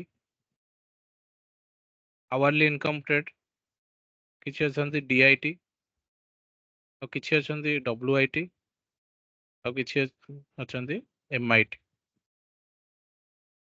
एचआईटी और डीआईटी भितरे किछि अधिक डिफरेंस नाही तो देखिबो एचआईटी और डीआईटी ए भितरे किछि डिफरेंस अधिक नाही कारण तमे आवर्ली ट्रेड नौछ जेतेबेले तुमको सेही अनुसार 15 मिनट रे एग्जीक्यूशन रहउतबो या 5 मिनट रे एग्जीक्यूशन रहउतबो जो केस रे कि कोन कारण तुम डब्ल्यूआईटी या डीआईटी ट्रेड नौथबो ना देन डब्ल्यूआईटी ट्रेड तुमको वेट करिया पड़ियो बहुत दिन मे बी 10 दिन वेट करिया पड़ियो या 15 दिन वेट करिया पड़ियो किंतु एचआईटी डीआईटी ट्रेड रे तमे कोन करियो सेही दिन एंट्री करियो सेही दिन एग्जिट करियो ई केस रे देखो ये मन करो गोटे डब्ल्यूआईटी ट्रेड ओके तो ई केस रे मते तो एटी क्लियरली ये देखा जाउनी बट मते नबो एटी मार्किंग करिवो तमरो ये जो जोन टा मु सप्लाई जोन मार्क करली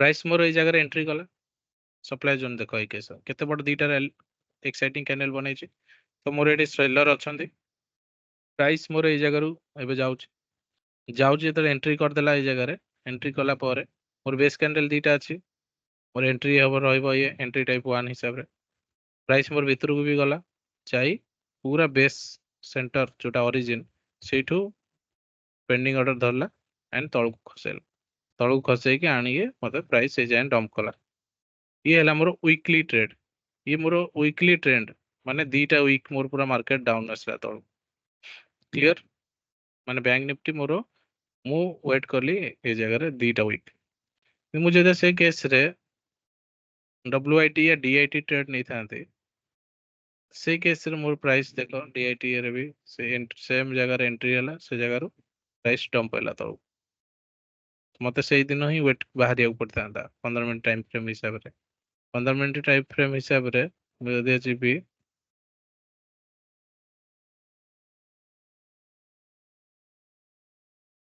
तो एई जगह रे प्राइस मोर गला एई जगह रो डंप ହେଇଛି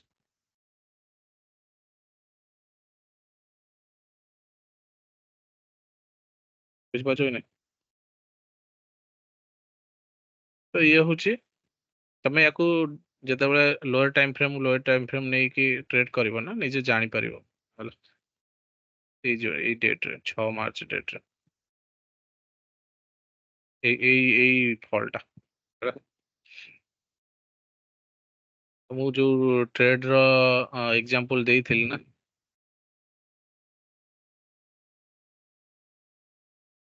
ସେ ଏକ୍ସେଲ ଟା शायद ନାହିଁ, ସେଟା ତମେ ଦେଖିବ ନିଜେ 6th କ୍ଲାସ या 7th କ୍ଲାସରେ ପଢେଇଛି, ସେ କେସ୍ ଦେଖିବ।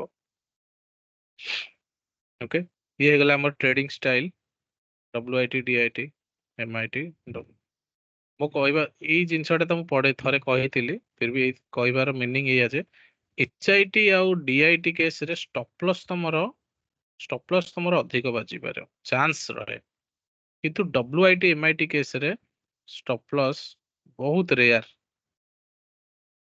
ଓକେ, ଯୋଉମାନଙ୍କର ପେସେନ୍ସ ଲେଭେଲ 10 ଦିନ 15 ଦିନ ଯାଏ ୱେଟ୍ କରିପାରିବେ ଟାର୍ଗେଟ ଯାଏ, WIT MIT କେସରେ ତମର ଷ୍ଟପଲସ୍ ବାଜିବାର ଚାନ୍ସେସ୍ ବହୁତ ରେୟାର। କିନ୍ତୁ HIT ଯୋଉମାନେ ଇଣ୍ଟ୍ରାଡେ କରୁଛନ୍ତି ତାଙ୍କର ମ୍ୟାକ୍ସିମମ୍ ଟାଇମ ଷ୍ଟପଲସ୍ ବାଜିପାରେ। ଏହାର ହଉଛି ମେନ୍ ମୁଦ୍ଦା ହଉଛି ଏଇଟା, ସେଥିଲାଗି ଏ ଜିନିଷଟା କହୁଛି। ତମେ ନିଜେ ଦେଖିବ ଟ୍ରେଡ୍ କରିବ ଯେତେବେଳେ ନିଜେ ଧୀରେ ଧୀରେ ସେ ଜିନିଷଟା ଜାଣିବ। ତାଙ୍କର ଇଣ୍ଟ୍ରାଡେ ଆଉ ଇଏ ଉପରେ ଟିକେ ପ୍ରୋସେସ୍ ରହିବ, କୋଉ ଜାଗାରେ ଏଣ୍ଟ୍ରି କରିବ। ଯେତେବେଳେ ତମର ବିଗର ଟାଇମ ଫ୍ରେମ୍ ଜାଗାରେ 15 ମିନିଟ ଟାଇମ ଫ୍ରେମ୍ ସପୋର୍ଟ ନଉଥିବ ନା, ସେଇ ଜାଗାରେ ଏଣ୍ଟ୍ରି କରିବ, ଦେଖିବ ତମ ଷ୍ଟପଲସ୍ ବେଶୀ ମାନେ ହବନି, ଷ୍ଟପଲସ୍ କମ ରହିବ। ଏଇ ଜାଗାରେ ଦେଖ, ଏଇ ଜାଗାରେ ଏଇଟା ମୋ ଟାଇମ ଫ୍ରେମ୍ କଣ ଡେଲିର ଟାଇମ ଫ୍ରେମ୍। ଓକେ, ଡେଲିର ଟାଇମ ଫ୍ରେମ୍ରେ ମୋର ଇଏ ହଉଛି ମୋର ଏଣ୍ଟ୍ରି ଟାଇପ 1 ପ୍ରାଇସ୍ ଆସିଲା, ପ୍ରାଇସ୍ ଆସିଲା, ପ୍ରାଇସ୍ ଆସିଲା, ଏଇ ଜାଗାରେ ପଶିଲା, ପ୍ରାଇସ୍ ମୁଭମେଣ୍ଟ ଦେଲା। ଦେଖିପାରୁଛ ଏଇ ଜାଗାରେ ପ୍ରାଇସ୍ ଆସିଲା, ପ୍ରାଇସ୍ ପଶିଲା, ମୁଭମେଣ୍ଟ ଦେଲା ସାଙ୍ଗେ ସାଙ୍ଗେ। ତ ଏଇ ଜୋନରେ ମୋର ଯେଟା 15 ମିନିଟର ଭଲ ଜୋନ୍ ଥିବ, 15 ମିନିଟର ଇଏ ମୁଁ ଡେଲିର ଇଏରେ କର୍ଭରେ ମୁଁ ଲୋକେସନ ମାର୍କିଂ କଲି, ଏକ୍ଜିକ୍ୟୁସନ ତ 15 ମିନିଟରେ କରିବି ନା। ତ 15 ମିନିଟ କେସରେ ମୁଁ ଏଟା ମାର୍କ କରିଦଉଛି ଜୋନଟା, ଏହା ଭିତରେ 15 ମିନିଟରେ କୋଉଠି ଅଛି ଦେଖିବା ହେଲା। 15 ମିନିଟରେ ଦେଖ,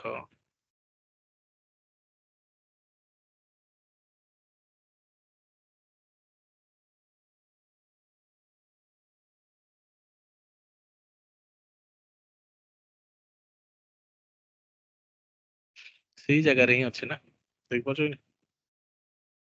ସେଇ ଯୋଉ ଡେଲିର ଟାଇମ ଫ୍ରେମରେ ମୁଁ ଜୋନ୍ ମାର୍କ କଲି ନା, ଏଇଟା ତାରି ଭିତରେ ଦେଖ ନା 15 ମିନିଟରେ ଇଏ ଗୋଟେ ଡ୍ରପ୍ ବେସ୍ ରାଲି ହେଇକି ଚାଲିଛି ନା।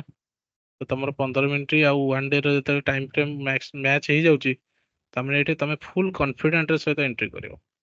ପ୍ରାଇସ୍ ଯେତେବେଳେ ବି ଆ ଭିତରକୁ ଆସିଥିବ ନା, ଦେଖ କେତେ ବଡ ରାଲି ଦେଇଥିବ, ଦେଖ କେତେ ବଡ ରାଲି ଦେଲା। ସରି, ବୁଝିପାରୁଛ ଡିମାଣ୍ଡ ଜୋନ୍ କେମିତି କାମ କରୁଛି ଦେଖିଲ। ତମକୁ ସେଇ ହିସାବରେ କେମିତି ନିଜର ଏକ୍ଜିକ୍ୟୁସନ, ନିଜର ଟ୍ରେଡ୍ ଏଣ୍ଟ୍ରି ଏକ୍ଜିଟ୍ କେମିତି କରିବ, ଜାଣିପାରୁଛ ସେ ଜିନିଷଟା? କ୍ଲିୟର?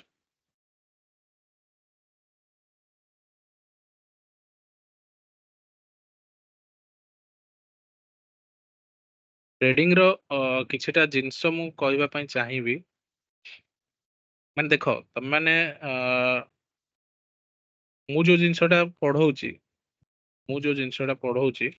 ସେଟା ହଉଛି ଡିମାଣ୍ଡ ସପ୍ଲାଏ ଜୋନ୍ ହେଲା। ତ ସେଇ କେସରେ ଓଭରନାଇଟ୍ ତମେ ଯଦିକା ରିକ୍ସ ରଖୁଛ, WIT MIT କେସରେ ଓଭରନାଇଟ୍ ରିକ୍ସ ରହୁଛି।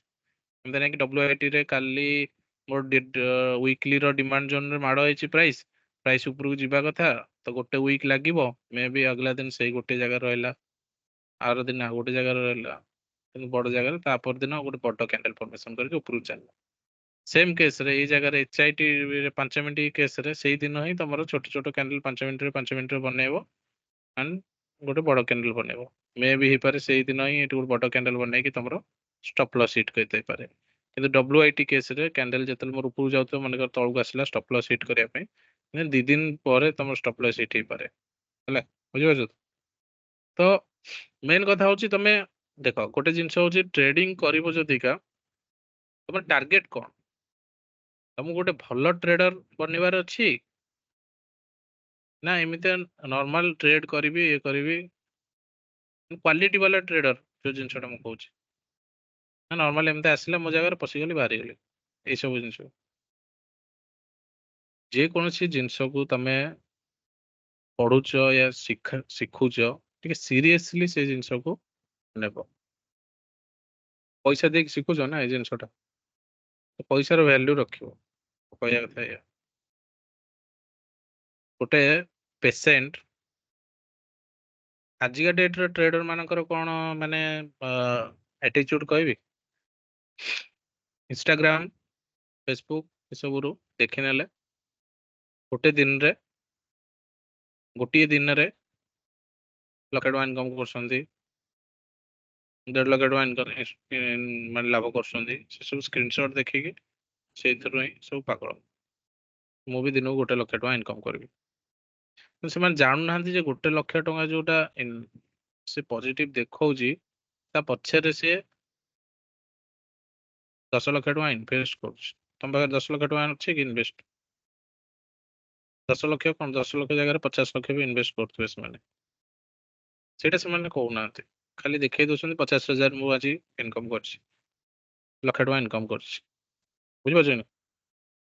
ତ ସେ ଇନଫ୍ଲୁଏନ୍ସ ସେଥିରେ ଇନଫ୍ଲୁଏନ୍ସ ହେଇକି ଡାଇରେକ୍ଟ ମାର୍କେଟରେ କୁଦା ମାରନି ଧୀରେ ଧୀରେ ଷ୍ଟେପ ୱାଇଜ ମାର୍କେଟକୁ ଯାଅ କାରଣ ତମେ ଜାଣିନ ମାର୍କେଟ କେତେ ବଡ ମାନେ ଇଏ ସିଧା ଆକାଉଣ୍ଟ ଶୂନ କରିଦବ 3 ଦିନ 4 ଦିନ ପଜିଟିଭ ରହିବ ପଞ୍ଚମ ଦିନ ହିଁ ତମର ସବୁ ଜାଗା ପ୍ରଫିଟ ନେଇକି ସିଧା ଆକାଉଣ୍ଟ ଜିରୋ କରିଦବ। ତମେ ବୁଝିବା ଆଗରୁ ହିଁ ତମ ଆକାଉଣ୍ଟ ଜିରୋ ହେଇଯାଇଥିବ କହୁଛୁ। ଗୋଟେ ପେସେଣ୍ଟ ଗୋଟେ ଡକ୍ଟର ପାଖକୁ ଗଲା ତାର ମନେକର ଗୋଟେ କିଛି ରୋଗ ହେଇଛି ଡକ୍ଟର ତାକୁ କିଛି ଗୋଟେ ଦେଲା କହିଲା 3 ଦିନ ଟିକେ ତାକୁ ଖାଇବୁ ତ ଭଲ ହେଇଯିବ ୟା 5 ଦିନ ତାକୁ କଣ୍ଟିନ୍ୟୁ କର ସେ ଦେଖିଲା 2 ଦିନରେ ତାକୁ କିଛି କ୍ଲିୟର ହଉନି ସେ ଆଉ ଗୋଟେ ଡକ୍ଟର ପାଖକୁ ଗଲା ସିଏ କିଛି ଗୋଟେ କହିବ ସିଏ ବି କହିବ 2 ଦିନ ସେଟାକୁ 5 ଦିନ କଣ୍ଟିନ୍ୟୁ କରିବା ପାଇଁ କିନ୍ତୁ ସିଏ ଇନପେସେନ୍ସ ତା ପାଖରେ ମାନେ ପେସେନ୍ସ ଲେଭେଲ ହିଁ ନାହିଁ ସେ ଏଭ୍ରି 2 ଡେଜ ଚେଞ୍ଜ କରି ଚାଲିଲା ଡକ୍ଟର ତ ତାର ସିଚୁଏସନ କଣ ହବ ହବ କିନ୍ତୁ ସେମ ଜିନିଷ ଆମ ଟ୍ରେଡିଂରେ ଆଜିର ଟ୍ରେଡର କଣ କରୁଛନ୍ତି ସକାଳୁ RSI ଦେଖିଲେଣି ତ ଆଉ 2 ଘଣ୍ଟା ପରେ ବଲିଞ୍ଜର ବ୍ୟାଣ୍ଡ ଦେଖିଲେଣି ଆଉ ଅଧଘଣ୍ଟେ ପରେ ଦେଖିଲେ ଯେ କାର ଗୋଟେ ଭଲ ସେଟଅପ୍ କିଏ ଗୋଟେ କହିଲା ଇନଷ୍ଟାଗ୍ରାମ ରେ ତାକୁ ଦେଖିଲେଣି ତାପରେ ୟା ଫିର ଆଉ ଟିକେ ପରେ ଦେଖିଲେ ଯେ 1,000 ଟଙ୍କାରୁ କେମିତି କରୋଡପତି ବନିବ ଭିଡିଓ ତାକୁ ଦେଖିଲେଣି ତା ପରଦିନ ଦେଖିବେ କିଛି କାହାର ଗୋଟେ ନ୍ୟୁଜ ଆସୁଛି ତାକୁ ଦେଖିଲେଣି ବୁଝିପାରୁଛନ୍ତି। ଏତେ ଜିନିଷ ତମେ ଯଦି ଏକ୍ସପେରିମେଣ୍ଟ କରିବ ତମକୁ ତମର ମାନେ କନସେନଟ୍ରେସନ କୋଉଠି ରହିବ ଗୋଟିଏ ଜିନିଷରେ ମାଷ୍ଟରୀ କର ଗୋଟିଏ ଜିନିଷରେ ମାଷ୍ଟରୀ କର ଆଉ କିଛି ଦେଖିବାର ହିଁ ନାହିଁ। ତମେ ଦେଖ ନା ମାସଟେ କରିକି ଦେଖ 2 ମାସ କରିକି ଦେଖ 3 ମାସ କରିକି ଦେଖ ତମ ରେଜଲ୍ଟ କେମିତି ଆସୁଛି ଗୋଟିଏ ଜିନିଷରେ ମାଷ୍ଟରୀ ସପ୍ଲାଏ ଡିମାଣ୍ଡ ଜୋନ ଉପରେ ହିଁ ମାଷ୍ଟରୀ କରିବାର ଅଛି ଆଉ କିଛି କୁଆଡେ ଅଲଗା RSI chart pattern W pattern ଏସବୁ କିଛି ଦେଖିବାର ନାହିଁ ଟ୍ରେଣ୍ଡ ଲାଇନ ବ୍ରେକଆଉଟ କିଛି ଦେଖିବାର ନାହିଁ ଖାଲି ସିମ୍ପଲ ମାର୍କିଂ ତ ମୁଁ ଶିଖେଇଦେଲି ଜୋନ୍ ବି କେମିତି ଆଇଡେଣ୍ଟିଫାଇ କରିବା ଶିଖେଇଦେଲି ନା ସବୁ ଜିନିଷ ବିଗ ଟାଇମ ଫ୍ରେମ କେମିତି ଟାଇମ ଫ୍ରେମ ଇଏ କରିବ ସେଇଟା ବି ଜିନିଷଟା ଜଣେଇଦେଲି ହୁଁ ତ ତମକୁ ଆଉ କଣ ଦରକାର ଟ୍ରେଡିଂ କରିବା ଗୋଟିଏ ଟ୍ରେଡ ନବ ଆରାମସେ ୱେଟ୍ କରିବ ନିଜ ପ୍ରଫିଟ ପାଇଁ ୟା ନିଜ ଷ୍ଟପ ଲସ୍ ପାଇଁ ଆକୁରେସି ଦେଖିବ 10ଟା ଟ୍ରେଡ ମୋର କେତେଟା ଟ୍ରେଡ ଷ୍ଟପ ଲସ୍ ହେଲା ୟା କେତେଟା ଟ୍ରେଡ ପ୍ରଫିଟେବୁଲ ହେଲା 70% 80% 50% 20% ନିଜେ ତମେ ଦେଖ ନା ତାର ନିଜେ ଦେଖିକି କହିବ ଜଲ୍ଦି ପଇସା ବନେଇବା ଚକ୍କରରେ ଜମା ରୁହନି ଏଠି ଷ୍ଟକ ମାର୍କେଟ ତମେ ଦେଖ ଯେକୌଣସି ଜାଗାରେ FD କର ୟା ଫିର କାହାକୁ ଗୋଟେ ବିଜନେସ ରେ ତମେ ମନେକର ଇନଭେଷ୍ଟମେଣ୍ଟ କରୁଛ ତ ସେ ଜାଗାରେ କେତେ ଟଙ୍କା ଇନଭେଷ୍ଟ କରୁଛ ଆଉ କେତେ ତମକୁ ରିଟର୍ନ ମିଳୁଛି ଆଜି ଡେଟ୍ କୁହ ତ କିଏ ଗୋଟେ ଦୋକାନ ଦଉଛି ଟଙ୍କା 10 ଲକ୍ଷ ଇନଭେଷ୍ଟ କରୁଛି ନା କରୁନି? ତ ତାକୁ କଣ ମାନେ ସାଙ୍ଗେ ସାଙ୍ଗେ 10 ଲକ୍ଷ ପ୍ରଫିଟ ହେଇଯାଉଛି? ଟ୍ରେଡିଂ କୁ ଗୋଟେ ବିଜନେସ ୱେରେ ନିଅ, ତାକୁ ଜୁଆ ଭଳିଆ କାଇଁ ମାନେ ଇଏ କରୁଛୁ? ଲୋକ ସେଇଥିଲାଗି ଆକୁ କହୁଛନ୍ତି। କାରଣ କଣ ନା ମେଣ୍ଟାଲିଟି, ମୋର ପଇସା ଡବଲ କରିଦେବାର ଅଛି ତୁରନ୍ତ ଗୋଟିଏ ଦିନରେ।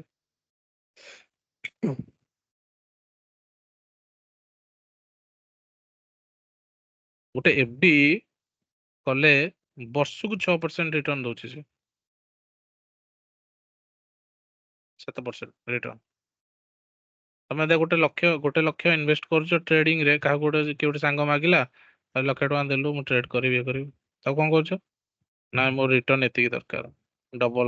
କାରଣ ଜାଣିଛ କିଏ ଗୋଟେ ଦେଖେଇ ଦେଇଛି ଲକ୍ଷ ଲକ୍ଷ ବାହାର କରିଛି, ତ ସେଠି ଏକ୍ସପେକ୍ଟେସନ ଆସିଯାଉଛି କଣ,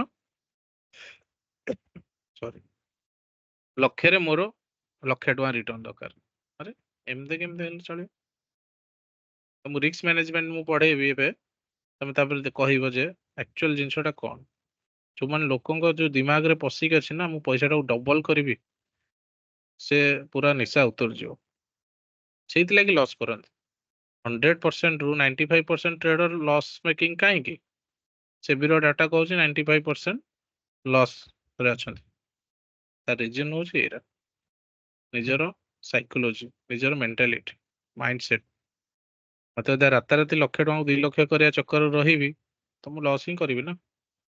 ଅନନେସେସରୀ ଯୋଉଠି ମୋର ଜୋନ୍ ନଥିବ ସେ ଜାଗାରେ ଏଣ୍ଟ୍ରି କରିବି, ଯୋଉଠି ମୋର ଟ୍ରେଡିଂ ନଥିବ ଜବରଦସ୍ତି ପଶିବି, ତ ଲସ୍ ହିଁ ହବ ନା ଅଲ୍ଟିମେଟଲି।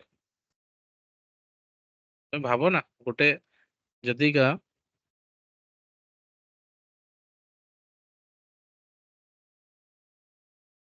ଲକ୍ଷେ ଟଙ୍କାରୁ ତମେ ଦିକା ଗୋଟେ ମାସରେ ବି 7% 8% କରିପାରୁଛ ନା, ବହୁତ। କାରଣ ବର୍ଷେକେ ସେଟା ଡବଲ ହେଇଯାଉଛି। ତମେ କୋଉ ସ୍କିମ୍ ଅଛି ଆଜିକା ଡେଟରେ ଦେଖେଇଲ ଯେ ତମର ପଇସାକୁ ବର୍ଷେକେ ଡବଲ କରିକି ଦଉଛି? 7% 8% ତମେ ତା ଡିମାଣ୍ଡ ସପ୍ଲାଏ ଥିଓରି ଫଲୋ କରିବ ନା, ଆରାମ ସେ କରିବ, ଆରାମ ସେ। ମୁଁ ତ କହୁଛି, ମୁଁ ତ ଆଜିକା ଡେଟରେ ମୁଁ 1,00,000 ଇନଭେଷ୍ଟ କରୁଛି ଡେଲି ବ୍ୟାଙ୍କ ନିଫ୍ଟି ନିଫ୍ଟିରେ, ମୋର ମନ୍ଥଲି 30-40 ହଜାର 50 ହଜାର ବାହାରି ଯାଉଛି। ମୁଁ ଯେବେ ମୋର ପଇସା ମାନେ ବଢେଇବି, ମୁଁ ଜାଣିଛି ମୋର ଭଲ ରିଟର୍ନ ଆସିବ, କିନ୍ତୁ ମୁଁ ତାକୁ ସ୍ଲୋଲି ସ୍ଲୋଲି ୱେରେ ନେଇକି ଯାଉଛି। ଆଜି 30 ହଜାର ହେଇଛି ମାସକେ, କାଲି 35 ହଜାର ହବ, ତାପରେ 40 ହଜାର ହବ, 45 50, ଧୀରେ ଧୀରେ ଧୀରେ ଧୀରେ ନେଇକି ଗଲେ ତମେ ଗୋଟେ ପ୍ୟାରାଲାଲ ଇଏରେ ଚାଲିବ। ଗୋଟେ ସାଇକୋଲୋଜି ତମର ସେଇ ହିସାବରେ ଷ୍ଟେପ ୱାଇଜ, ଷ୍ଟେୟାର କେସ ଯେମିତି ଷ୍ଟେପ ଦେଖିଛ ନା, ଷ୍ଟେୟାର କେସ ରେ ଷ୍ଟେପ ଦେଖିଛ ନା, ଯେମିତି ଆରାମ ସେ ଆରାମ ସେ। ଡାଇରେକ୍ଟ ଲିଫ୍ଟ ରେ ଯିବାକୁ ଟ୍ରାଏ କରନି। ଲାଇଫରେ ମାନେ ଯେତେ ଷ୍ଟ୍ରଗଲ କରିକି ଯିବ ନା, ତମର ବେସ୍ ଫାଉଣ୍ଡେସନ ସେତେ ଷ୍ଟ୍ରଙ୍ଗ ହେଇ ହେଇ ଚାଲିବ, ତମ ମାଇଣ୍ଡ ସେଟ ସେତେ ଷ୍ଟ୍ରଙ୍ଗ ହେଇକି ଚାଲିବ।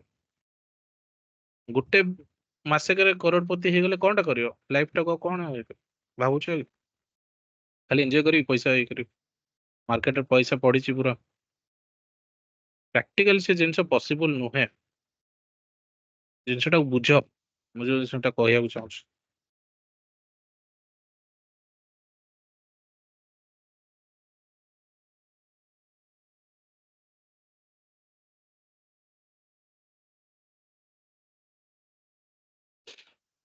ମ୍ୟାକ୍ସିମମ୍ ଲୋକ ଷ୍ଟପ ଲସ୍ ନିଅନ୍ତିନି, ଟ୍ରେଡରେ ଏଣ୍ଟ୍ରି କରିନେବେ ଆଣ୍ଡ ଷ୍ଟପ ଲସ୍ ରେ ମୁଁ ଷ୍ଟପ ଲସ୍ ନେବେନି।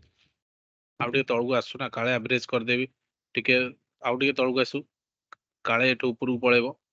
ସେ ଯୋଉ ହୋପ ରେ ଟ୍ରେଡିଂ କରନ୍ତି ନା, ହୋପ ଟ୍ରେଡିଂ ତାକୁ କୁହାଯାଏ, କାଳେ ପଳେଇବ କି ମାର୍କେଟ ଏଇଠୁ, ସେଇଟା ହିଁ ଲୋକଙ୍କୁ ଅଧିକ ଲସ୍ ଦେଇଥାଏ, ତାକୁ ଆଭଏଡ କରିବ। ଷ୍ଟପ ଲସ୍, ମୋର ଡିଜିଟାଲ ଲାଇନ ବାଜିଲା ମାନେ stop loss means stop loss.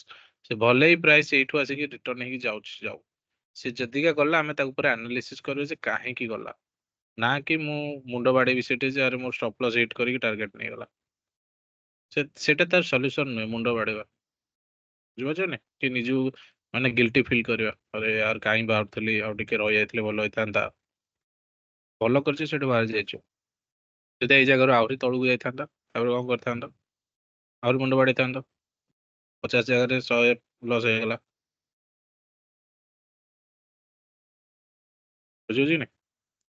ତ ଗୋଟେ ମାସରେ କେତେଟା ଟ୍ରେଡ୍ ନେଲେ ଠିକ? ଗୋଟେ ମାସରେ ମନେକର 5ଟା ଟ୍ରେଡ୍ ଟାର୍ଗେଟ ଅଛି, 5ଟା 10ଟା ଟ୍ରେଡ୍। ସବୁ ଜିନିଷ ମୁଁ ଏବେ ଆସିବି ମାନେ ଧୀରେ ଧୀରେ। ତାକୁ କୁହାଯାଏ ରିସ୍କ ମ୍ୟାନେଜମେଣ୍ଟ ଆଣ୍ଡ ପୋଜିସନ ସାଇଜିଂ। ଗୋଟେ ବଢିଆ ଟପିକ। ଏଟାକୁ ଯିଏ ଭଲସେ ବୁଝିଲା ନା, ତାର ଲସ୍, ଯୋଉ ଜିନିଷଟା ଅଧିକ ହୁଏ ନା, ତାର ଷ୍ଟାଣ୍ଡାର୍ଡ ଲସ୍ ହବ। ମାନେ ତାର ମିନିମମ୍ ଯେତିକି ଷ୍ଟପ୍ ଲସ୍ ଯୋଉଟା ସେଇଟା ହିଁ ହବ। ଆଉ ନିଜର ରୁଲ୍ସ କେବେ ବ୍ରେକ୍ କରିବନି। ମାର୍କେଟରେ ମାର୍କେଟରେ ସବୁବେଳେ ନିଜର ଜୋନ୍ ପାଇଁ ୱେଟ୍ କରିବ। ନିଜର ଡିମାଣ୍ଡ ଜୋନ୍ ଆସିଲା ତ ୱେଟ୍ କରି ମାନେ ଟ୍ରେଡ୍ ନେବି, ଅଦରୱାଇଜ କରିବେନି। ଆଜି ଆସିଲାନି ଟୋଟାଲି ମୁଁ ପଶିବେନି।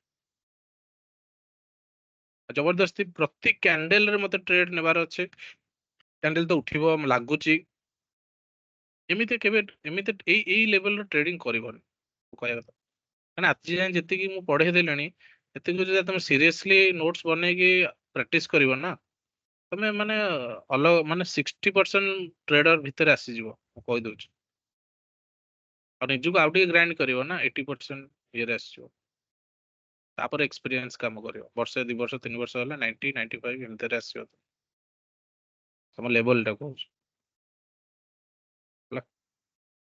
ଦେଖ, ଯୋଉ ଜିନିଷ ନହେଲେ ମତେ ତାପରେ କହିବନି, ତ ଅଛି ସମସ୍ତଙ୍କ କଣ୍ଟାକ୍ଟରେ। ଟ୍ରେଡିଂକୁ ଆଡିକ୍ସନରେ କନଭର୍ଟ କରନି। ମତେ ଏଭ୍ରିଡେ ଟ୍ରେଡ୍ ନେବାର ହିଁ ଅଛି, ଗୋଟେ ଡ୍ରଗ୍ସ ଟାଇପର ଆଡିକ୍ସନ କରନି। ମୋର ଜୋନ୍ ଅଛି ଏଇଠି, ତ ମୋ ଜୋନକୁ ପ୍ରାଇସ୍ ଆସିବ ତ ମୁଁ ପଶିବି, ନହେଲେ ନାହିଁ। ଏମିତି ସିମ୍ପଲ ମାନେ ସେଟଅପ୍ କୋଉଟେ ଦେଖିଛ ମୁଁ ଯୋଉଟା କହୁଛି? ଆଉ ତମକୁ ଚାର୍ଟରେ ତ ସବୁଠି ମୁଁ ଦେଖଉଛି ସେଟା ସେଟଅପ୍। ଦେଖ ଆସିଲା ଚାଲିଲା ଚାଲିଲା। ଲୋକ ଏଇ ଜାଗାକୁ କଣ କହିବେ, ଏଇଟା ଡବଲ ବଟମ ଡବଲ ଟପ୍ ବନଉଛି, ଟବ୍ଲୁ ବନଉଛି। ସେ ସବୁ ବନେଇବା ଆଗରୁ ଆମେ ଏଣ୍ଟ୍ରି କରି ଏକ୍ଜିଟ୍ କରିସାରିଥିବା। ଫାର୍ଷ୍ଟ କ୍ଲାସରୁ କହିଛି ଏ ଜିନିଷ ତମକୁ, ଜଷ୍ଟ ବିଲିଭ ରଖ ୟା ଉପରେ। ବୁଝିହଉଛି? ଠିକ ଅଛି, ତ ଆମେ ନେକ୍ସଟ ଟପିକ ଯିବା।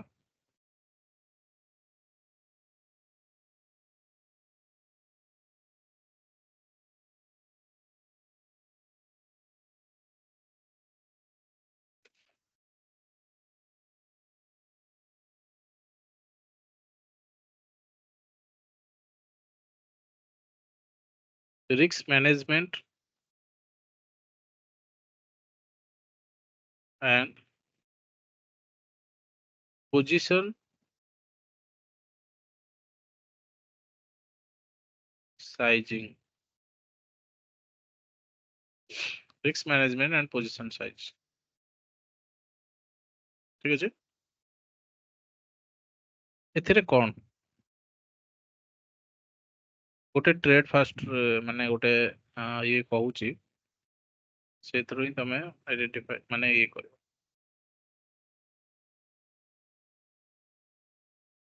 ହୋଲ ଇଣ୍ଡିଆ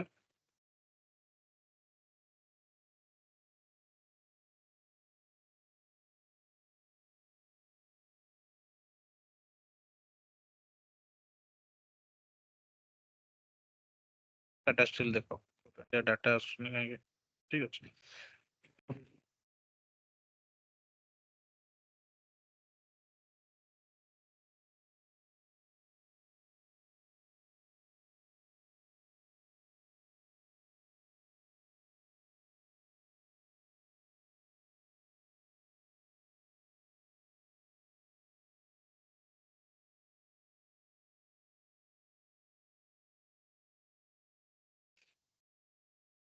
ଏଇ ଜାଗାରେ ଦେଖୁଛ ମୋର ଏଣ୍ଟ୍ରି କଣ, 117 ଏଣ୍ଟ୍ରି। ମୋ demand zone exciting candle, demand zone formation ହେଇଛି। ଏକ୍ସଟେଣ୍ଡ ପ୍ରକ୍ସିମାଲ ଲାଇନ କେତେ ଅଛି? 114। ମୁଁ ଷ୍ଟପ ଲସ୍ ରଖିଲି ମନେକର 114.5 ରେ। ଠିକ ଅଛି। ତ ମୋର ଷ୍ଟପ ଲସ୍ କେତେ ରହୁଛି ପଏଣ୍ଟ? 2.5 ପଏଣ୍ଟ ରହୁଛି, 2.5। ଠିକ ଅଛି, ଏଇଟା ହଉଛି ମୋର ଜୋନ୍। ପ୍ରାଇସ୍ ଆସିଲା ଜୋନ୍ ରୁ ଚାଲିଲା। ଟାର୍ଗେଟ କେତେ ରହିବ ମୋର ଜୋନ୍? 2.5 ପଏଣ୍ଟ ଷ୍ଟପ ଲସ୍ ହିସାବରେ 1:2 ହିସାବରେ मोर सब 1:2 हिसाब रे मोर टार्गेट रहिबो 5 पॉइंट।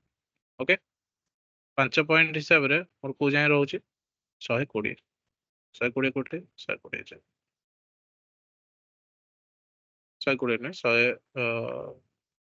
170 रे एंट्री ना 170 रु 5 पॉइंट में 122 जाय हेगला। ठीक है ये होची मोर 1:2 रेशियो।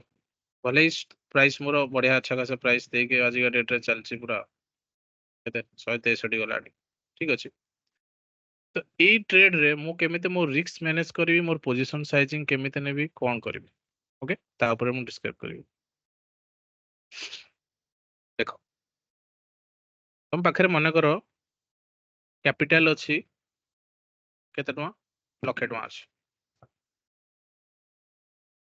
टोटल कैपिटल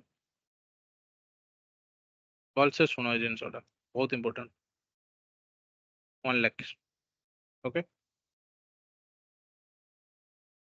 1 लाख तुमर अछि तमे नेई नेई रिस्क केते नहीं पारे 1% तुम कैपिटल रो ताठो बेसी नबा सब 1% रिस्क ऑफ योर कैपिटल केते टका से हिसाब रे 1% रिस्क नले 1000। ओके 1000 टका तमे केते टका क्वांटिटी सेटा सिलेक्ट करिवो सो दैट तमर 1000 टका रु अधिक लॉस होबो। सर फार्मूला होची क्वांटिटी केमते डिसाइड करियो केतेटा क्वांटिटी नबो तो कोनते क्वांटिटी सब बेले रहइबो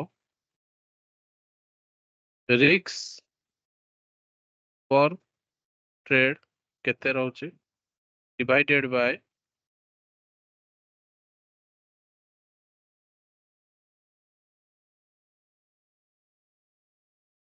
divided by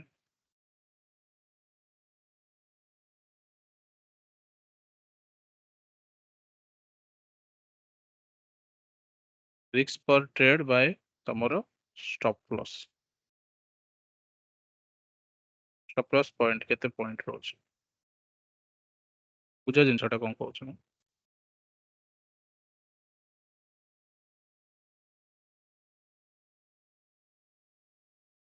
okay Tata Steel रे प्राइस मोरो एंट्री पॉइंट केते अछि 117 तो मोरो पाखरे अछि लक्षे टका किंतु मु मैक्सिमम 1000 टका लॉस नहीं पारिबे गोटे ट्रेड ताठू अधिक हेले मो साइकोलॉजी खराब हो 2000 3000 लॉस हो गला ना तो 1000 टका जदि मु स्टॉप लॉस नउची तो मोर टार्गेट रहइबो फर्स्ट आज ए बिगनर तो एबे मु कहबी तमे 1:2 टार्गेट रखो 1:2 ही रखो मेंटेन रखो 1:2 माने कौन स्टॉप लॉस जदि हमर 1000 टका रहउची टार्गेट मु रखिबी से हिसाब रे 2000 टका बुझियो तो ए केस रे टाटा स्टील रो प्राइस चलचे एबे मन करो 118 चलचे मोर एंट्री रहइबो 117 स्टॉप लॉस रहउची केते 114.5 एंड से हिसाब रे मोर मार्किंग हिसाब रे मु कहउचे मोर टार्गेट रहइबो 122 क्लियर। तो ए जगह रे क्वांटिटी मु केते नेबी टाटा स्टील रो सो दैट मोर 1000 टका रो अधिक लॉस हो risk per trade by stop loss point risk per trade मोर केते रहउची 1000 टका 1000 divided by stop loss point मोर केते अछि केते अछि 2.5 अछि ना मोर स्टॉप लॉस पॉइंट हला मोर 2.5 तो केते होची मोर से हिसाब रे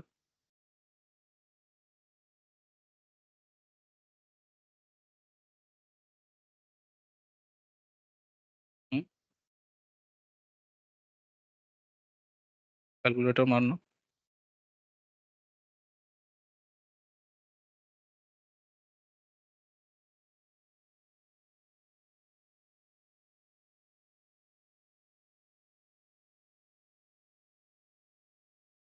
400 ମୁଁ 400 କ୍ୱାଣ୍ଟିଟି ନେଇପାରିବି ଏଠି।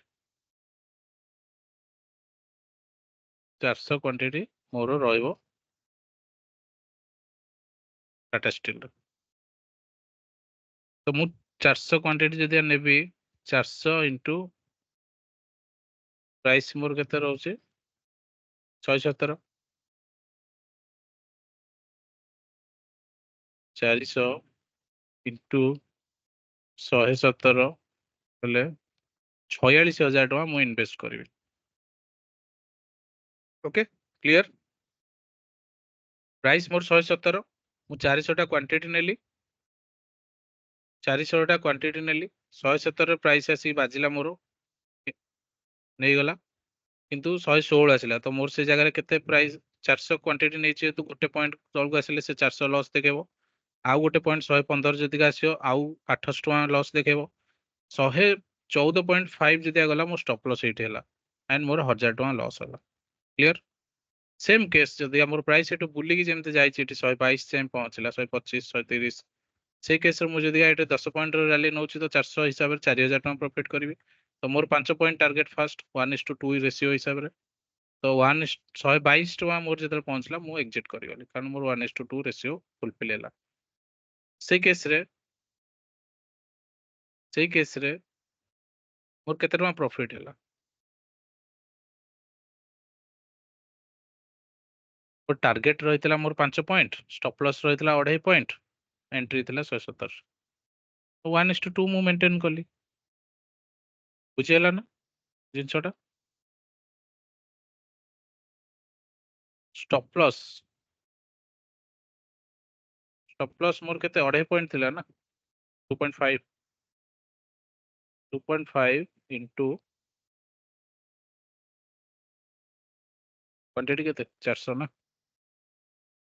1000 ଟଙ୍କା ମୋର।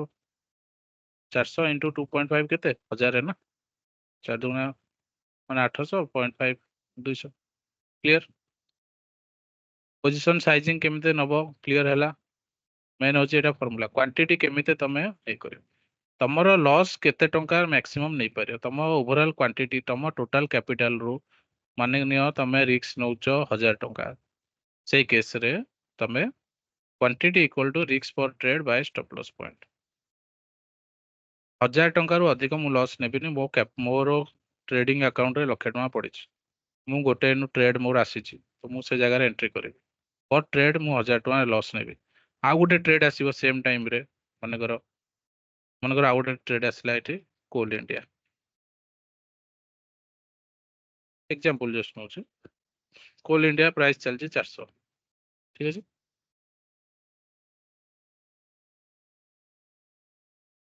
या फिर ସେଲ୍ ଧର ହେଲା,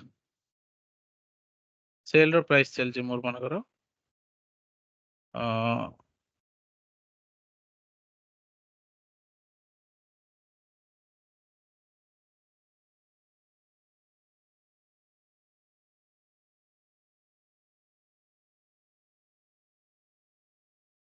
ସେମ୍ ଏକ୍ଜାମ୍ପଲ ଆଉ ଥରେ ନଉଛି, ଆଉ ଥରେ କ୍ଲିୟର ହେବ ତମର ଜିନିଷଟା। ସେଲ୍ ର ପ୍ରାଇସ୍ ଚାଲିଛି 155, ଠିକ ଅଛି। ମୋର ଏଣ୍ଟ୍ରି ସେଲ୍ 150 ଯଦି ଆସିଲା ମୁଁ ଏଣ୍ଟ୍ରି କରିବି, ଠିକ ଅଛି। ମୋର ଏଣ୍ଟ୍ରି ପଏଣ୍ଟ ରହିବ 150ରେ, ମୁଁ ମାର୍କିଂ କରିଦେଲି ମୋର ଡିମାଣ୍ଡ ଜୋନ୍ ଦେଖାଯାଉଛି 150 ଏଣ୍ଟ୍ରି, ଯାହାର କି ଷ୍ଟପ୍ ଲସ୍ ରହୁଛି 145ରେ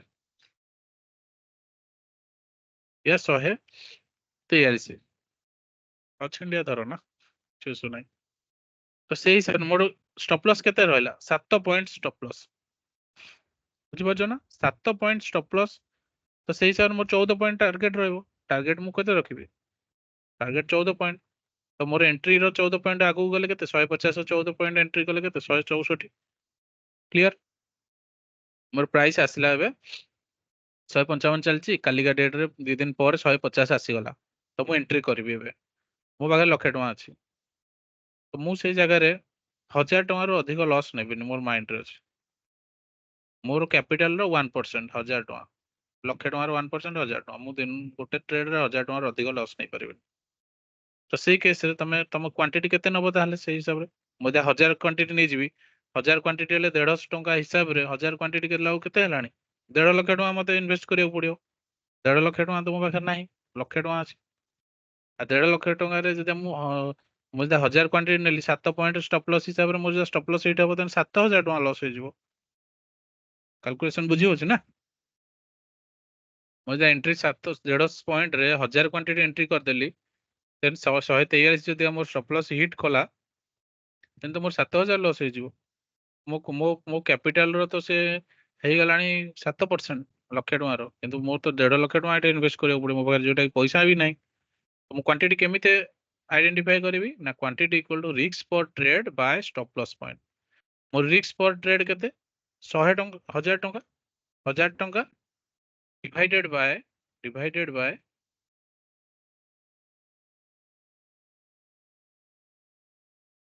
ରିସ୍କ ପର ଟ୍ରେଡ୍ ମୋର କେତେ ଅଛି?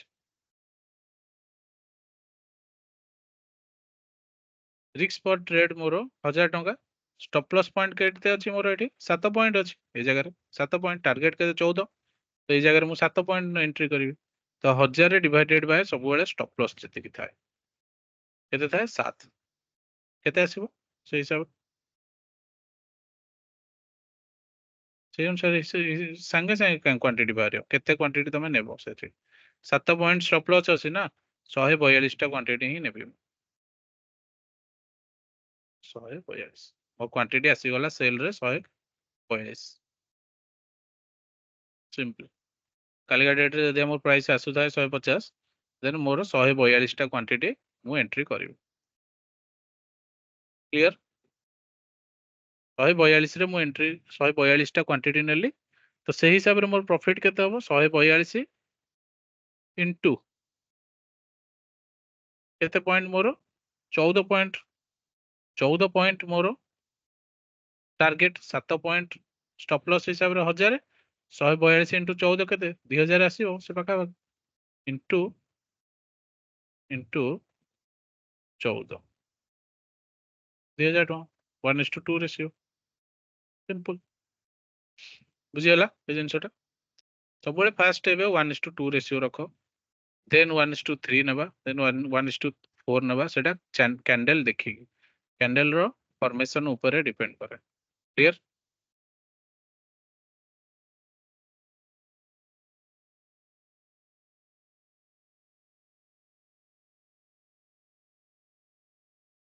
ଏବେ ଆଉ ଗୋଟେ ଜିନିଷ,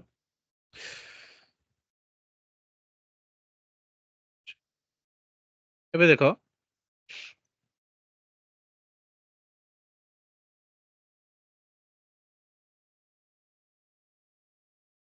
ରିସ୍କ ମ୍ୟାନେଜମେଣ୍ଟ ଯୋଉ ଜିନିଷଟା, ତାକୁ କେମିତି ଭଲ ଭାବରେ ଜଣେ କହିବ ମୋର ଏତିକି ରେସିଓ ଯଦି ମୁଁ ମେଣ୍ଟେନ କରେ, ମାନେ ଏଣ୍ଡ ଅଫ ଦ ମନ୍ଥ ମୁଁ ପ୍ରଫିଟେବୁଲ ରେ ବାହାରିବି ନା ବାହାରିବିନି, ସେଇଟା ବି ଦେଖିନେବା ଆମେ।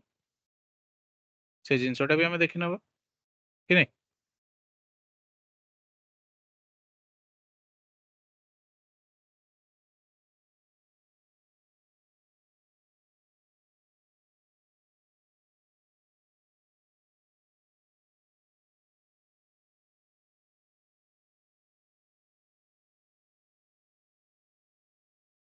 ଏଣ୍ଟ୍ରି ଏକ୍ଜିଟ୍ ର କ୍ୱାଣ୍ଟିଟି ସାଇଜ କେମିତି ହବ ସେଟା କ୍ଲିୟର ହେଇଗଲା। ଓକେ, ଏବେ ରିସ୍କ ମ୍ୟାନେଜମେଣ୍ଟ ଦେଖିବା। କ୍ୱାଣ୍ଟିଟି ବାହାରିଗଲା। ଏବେ ଆମେ ସେଇ ହିସାବରେ ଟ୍ରେଡ ନେଲେ, ମୋ ପାଖରେ ଯଦି 1 ଲାख ରୁପିଜ ଅଛି ହେଲା, ମନେକର 1:2 ରେସିଓ ହିଁ ମୁଁ ମେଣ୍ଟେନ ରଖୁଛି, 1:2। ଠିକ ଅଛି, ମନେକର ମୁଁ ମତେ ମାସକୁ 10ଟା ଟ୍ରେଡ ନେବାର ଅଛି। 10ଟା ଟ୍ରେଡ ରୁ 6ଟା ଟ୍ରେଡ ମୋର ପ୍ରଫିଟ ରହିଲା, ଆଉ 4ଟା ଟ୍ରେଡ ମୋର ଲସ୍ ଗଲା। ଠିକ ଅଛି, ତ ମୋର 6ଟା ଟ୍ରେଡ ପ୍ରଫିଟ ଗଲା, 4ଟା ଟ୍ରେଡ ଲସ୍ ଗଲା। ପ୍ରଫିଟ ଏଇ ଜାଗାରେ ରହିଲା, ଲସ୍। ଠିକ ଅଛି, ତ ମୁଁ କାଲକୁଲେଟ କରିବି ଯେ ମୋର ଓଭରଅଲ୍ ମନ୍ଥ ଏଣ୍ଡରେ ପ୍ରଫିଟ ରହୁଛି ନା ଲସ୍ ରହୁଛି। ତ 6ଟା ଟ୍ରେଡ ଯଦି ମୋର ସକ୍ସେସଫୁଲ ଗଲା, ତ ମୋର ପ୍ରଫିଟ କେତେ ଆସିବ? 1:2 ରେସିଓରେ, 1:2 ରେସିଓରେ तो प्रति ट्रेड रे मोर 2000 नेके प्रॉफिट कली। तो 6टा ट्रेड मोर सक्सेसफुल ट्रेड गला, 4टा ट्रेड रे मु लॉस खाइछि। तो सेही हिसाब रे मोर क्वांटिटी हिसाब रे केते आसीबो, 6टा ट्रेड 6 दुगुणे 12, 12000 टका मु प्रॉफिट कली से मासरे। किंतु 4टा ट्रेड मोर लॉस खाइला, जोटे कि मु स्टॉप लॉस तळको आउ तळको तळ नेलिनी, ସେଇଠି ହିଁ स्टॉप लॉस काटिछि। तो 1000 टका स्टॉप लॉस हिसाब रे जो जिनसटा कहउतली एबे 7 पॉइंट रे स्टॉप लॉस में 7 पॉइंट रे स्टॉप लॉस, 1000 टका लॉस। रिक्स पर ट्रेड मोर 1000। तो मु 1000 टका हिसाब रे 4टा ट्रेड रे मु लॉस कली केते 4000 टका। ये मोर 6टा ट्रेड रे 4टा ट्रेड लॉस ହେଲା, 12000 टका प्रॉफिट ହେଲା, 4000 टका। तो ओवरऑल नेट पीएनएल मोर केते प्रॉफिट ହେଲା, 8000 प्रॉफिट ହେଲା ना मास एंड रे। हम कहे सर मोर 5 माने 5 केस भी के काउंट करो। तो मोर 5टा ट्रेड जदि प्रॉफिट माने सक्सेसफुल गला, और 5टा ट्रेड मोर माने लियो लॉस पड़ेला। तो 5टा ट्रेड हिसाब रे भी मु जदि 1:2 धरुची, देन मोर 10000 प्रॉफिट होची एंड लॉस होची केते 5000। एंड मोर ओवरऑल प्रॉफिट हैला 5000, फिर भी मु प्रॉफिटेबल रही। मनकर 4टा ट्रेड भी धर, 4टा ट्रेड मोर सक्सेसफुल गला एंड लॉस गला 6टा ट्रेड, 6टा ट्रेड मोर स्टॉप लॉस एटी गला। तथापि भी तमे देखो 8000 हैला, 6टा ट्रेड रे तमरो 6000 हैला, और ये हैला 2000। तमे त प्रॉपर्ली याकू फॉलो करिवो ना ए जिंस को। तमरो ए जो प्रॉफिट, ए जो सक्सेसफुल ट्रेड ना, मु तो कहबी 7टा और 3टा चलियो सब बेले। 7टा तळକୁ आसीबो ही नाही, डिमांड सप्लाई जोन से 7टा ट्रेड रू तळକୁ खसिबो ही नाही। तमे सब बेले 7टा ट्रेड माने 14000 टका तमे प्रॉफिट रे ही रहइबो, एंड 3टा ट्रेड जदा लॉस गला 3000 टका लॉस गला।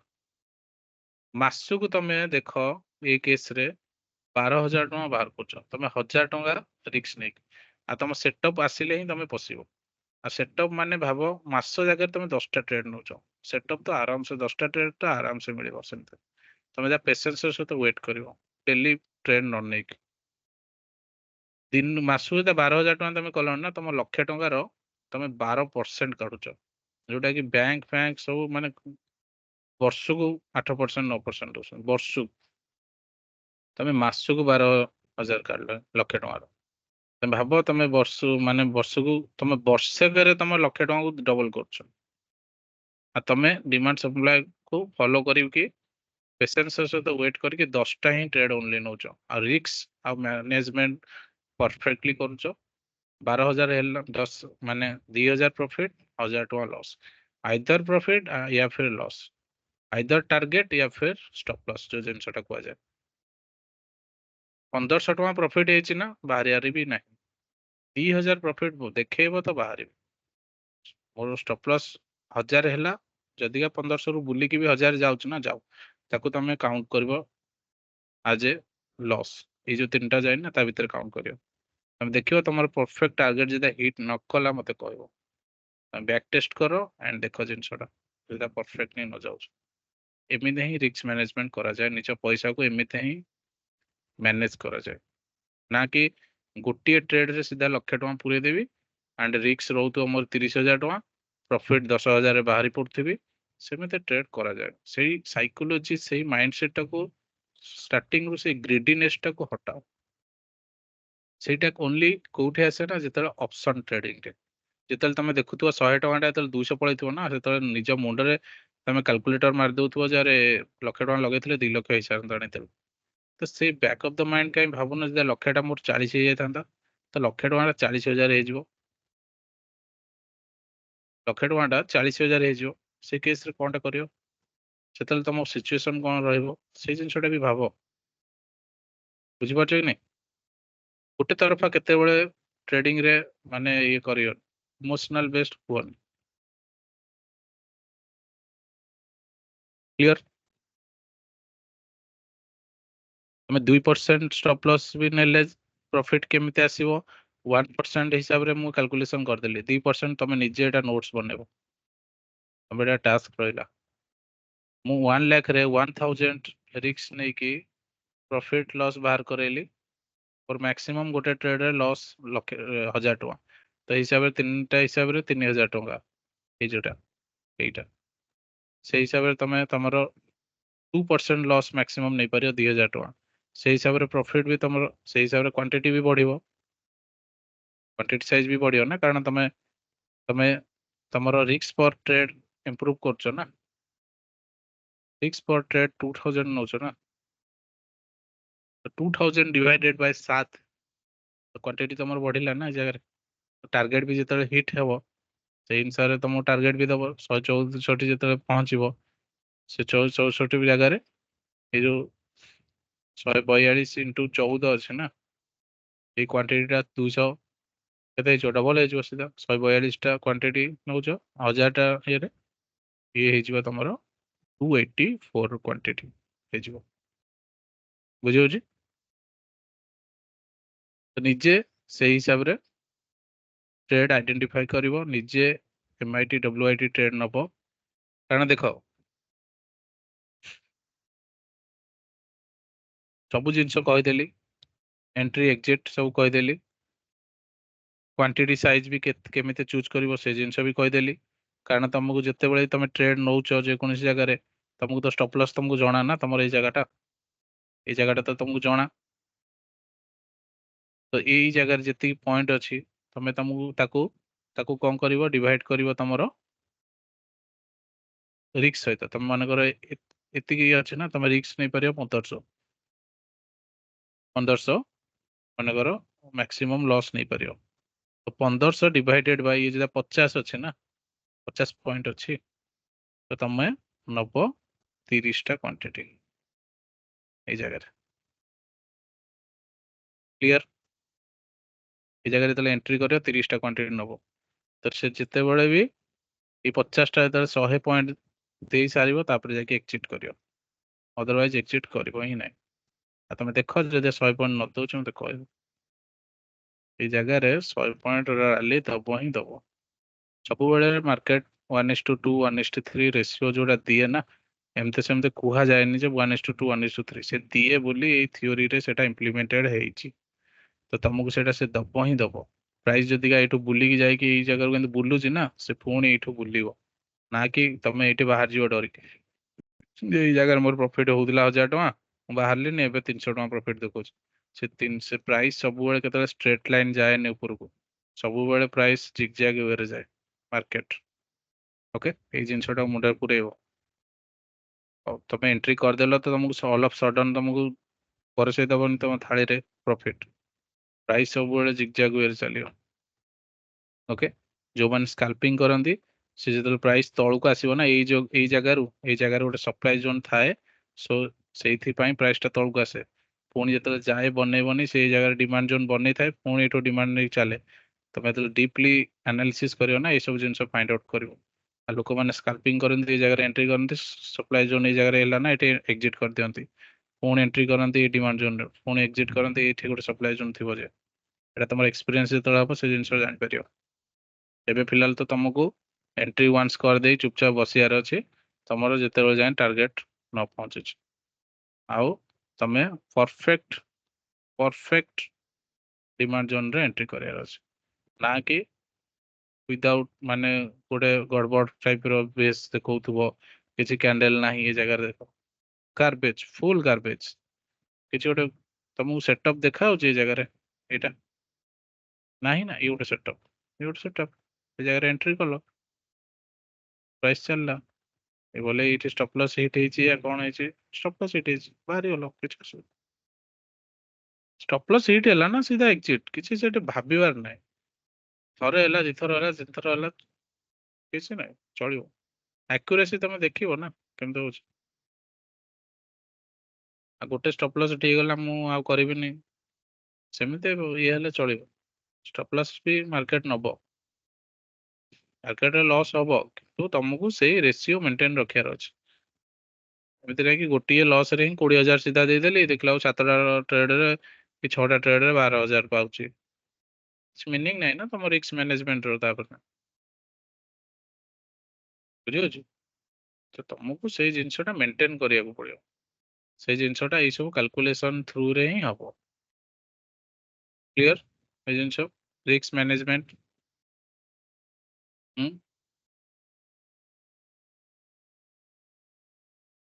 तो आज जाए 9टा क्लास रे जो सब मेन पॉइंट्स तो मु कहिची जे हायर टाइम फ्रेम रो जदिका जो जगह रे सपोर्ट थाए से जगह रे सब बेले वेट करिवो आउ अच्छा खासा प्रॉफिट नहीं कि ही जीवो फर्स्ट पॉइंट सेकंड पॉइंट कौन सी भी न्यूज या फिर कौन सी भी टेलीग्राम चैनल सबू ये रु निजको दूरे की रख निज एनालिसिस थ्रू रे ट्रेड करो एंड निज जोन को प्राइस आसिले ही एंट्री करो एंड एग्जिट करो अब जोन सबुबले स्ट्रक्चर बेस्ड हेबा दरकार परफेक्ट स्ट्रक्चर ये जेंते परफेक्ट स्ट्रक्चर हमर डिमांड जोन एमिते टाइप रो जोन रे एंट्री करिवो निज जोन को जदिका गोटे टाइम फ्रेम रे क्लियर देखा जाउनी टिके लोअर टाइम फ्रेम को शिफ्ट करिवो सेठी में भी भलो जोन देखे जे पारे सेंते गोटे भलो जोन देखेला एठी ए जगह रे एंट्री करिवो टाइम फ्रेम चेंज कर चलिवो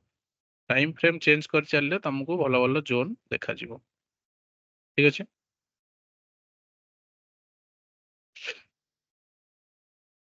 आ गोटे कोन कहतली ट्रेडिंग स्कोर ट्रेड स्कोर सब 7/7 देखी की एंट्री करिवो जो ट्रेड रे ट्रेड स्कोर तमर 7 आसुची से ट्रेड रे एंट्री करिया पे टारगेट माने ट्राई करिवो 6 केस रे entry type 1 entry type 2 and entry type 3 को फॉलो करिवो जो जिनसटा आज कहली कैंडल क्लोज हेबा परे ही एंट्री करिवो आ गोटे होची कैंडल जते बेले जाउथुबो प्रॉक्सिमल लाइन को क्रॉस करके ए जगह एंट्री करिवो trade entry type 3 entry type 1 होची जते बेले बेस कैंडल बहुत कम थिबो गोटे जोड़े थिबो से टाइम रे प्रॉक्सिमल रे आसी माडो हल्ला परे प्राइस एठी एंट्री नबो सीधा ए जगह रे एंट्री नबो ओके क्लियर सब बेले को इनसाइड लेवल माने डेली रो टाइम फ्रेम भितरे 1 आवर डिमांड जोन अच्छे डिमांड जो 1 आवर टाइम फ्रेम भितर भी 15 मिनट टाइम डिमांड जोन अच्छी से सब टाइप रो माने डिमांड जोन को प्रायोरिटी रे रखिबो सब बेले माने मंथली रो माने कर तमे जोन देखुचो मंथली रो डिमांड जोन देखो ए जगह रे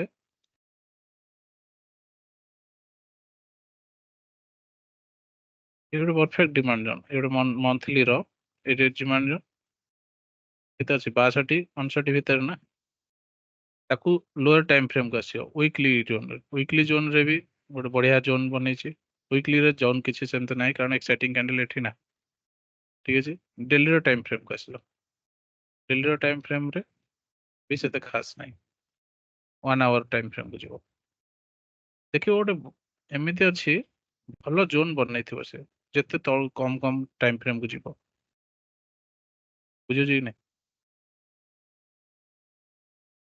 बहुत पछर रहला सेटा तो सेही टाइप रो माने मे भी सेथिरे न थाई पारे एबे बट सेही टाइप रो डिमांड जोन आइडेंटिफाई के ट्राई करियो बैंक निफ्टी केस रे सब बहुत आसे सेमितिया टाइप रो जोन तुम मस्त ट्रेड मिलियो बढ़िया ट्रेड मिलियो तो कहूजी तमे खाली एते फॉलो करो पैसा कम पड़ियो ट्रेड एते देखा जिवो तुमको बुझिपारछ कि नहीं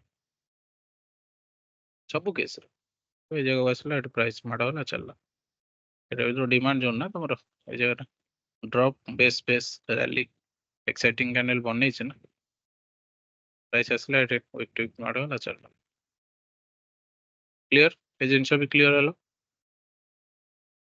आउ कोन ऑथेंटिसिटी जो जिनसटा कहली ये जोनटा जेते टेस्टेड हैला ये जोन थ्रू रो ये ऑथेंटिसिटी कौन दोची जे मोरो प्राइस ए जगह रो मूवमेंट नहीं जे जाए तो प्राइस जदी का भी ए जगह को आसीला मूवमेंट नबो किंतु ऑथेंटिसिटी यार नाही तो ट्रेड जोन एठो ही मूवमेंट नहीं जो ए जगह रो ही मूवमेंट नहीं जो देखो किंतु ए जगह को आसीला बेलको से एटा ब्रेक कर दो ए जोन टा ब्रेक कर दो कारण ऑलरेडी टेस्टेड है सारछे टिके ए जगह रो टिके रिएक्शन नबो बट तापर ब्रेक कर दो कारण एते बड़ बड़ कैंडल नाही एटे एक्साइटिंग कैंडल नाही मेन तो हमर टारगेट तो एक्साइटिंग कैंडल फाइंड आउट करिया ए जोन ए जगह रे तो प्राइस आसे चलिबो कारण एक्साइटिंग कैंडल अछि सबुले एक्साइटिंग कैंडल ट्राई कर फाइंड करे ये जगह 22,151 देखो प्राइस जितेबले भी 22,151 आसला प्राइस न गला मत कह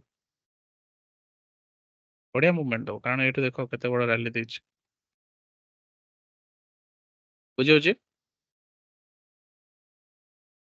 आ कौन रहा रिस्क मैनेजमेंट 1% निजर कैपिटल टोटल कैपिटल तुम पाखे जब कह जड़े सर मो पाखे तो 15,000 अच्छे ठीक अच्छे 15,000 हिसाब से 1% केते तार 150 टका तो तुम से हिसाब से ट्रेड कर तुम टाटा स्टील नेबार अच्छी गोटे ट्रेड कि तुम 7 पॉइंट हिसाब से ये रोचे तो 7 पॉइंट हिसाब से तुम क्वांटिटी केते आसीबो 7 पॉइंट हिसाब से क्वांटिटी केते आसीबो जगह ये केस सब देखुन जन सर मो पाखे मु सेल रे एंट्री करी 150 रे मो पाखे 15,000 टका अच्छी स्टॉप लॉस 7 पॉइंट अच्छी 7 पॉइंट हिसाब से तुम रिस्क पर ट्रेड केते रोचे 150 टका 150 बाय 7 केते आसीबो 150 बाय 7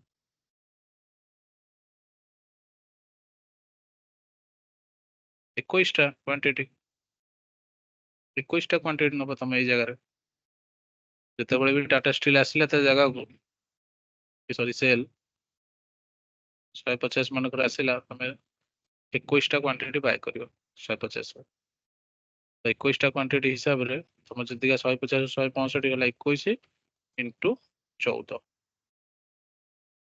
चलो चलो 300 टका पाखापाखि 1:2 जो रिसीव जो कौचे तो से यही टाइम रे तुम कहबन जे मो पाखे 115,000 टका अच्छी तो मु से हिसाब से क्वांटिटी बढ़ाई नेबी कि नहीं जी सेमती हेले हबन तुमको ये डिवाइड करिया पड़ो तुम रिस्क केते आ तुम केते नहीं पारियो तुम 2% हिसाब से नब रिस्क 15,000 हाँ सर 500 गले चलो ठीक अच्छे 500 जदि गला तुम 500 डिवाइडेड बाय 7 71टा क्वांटिटी नब तुम से हिसाब से सेल रे जदि भी 7 पॉइंट स्टॉप लॉस ये तुम 500 टका ये कटला तो तुम 500 जदि देखुच 15,500 केते परसेंट 3% एबव रोच ना 1500 150 450 हूँ 3% आउ 50 टका अधिक 3 पॉइंट समथिंग आसीबो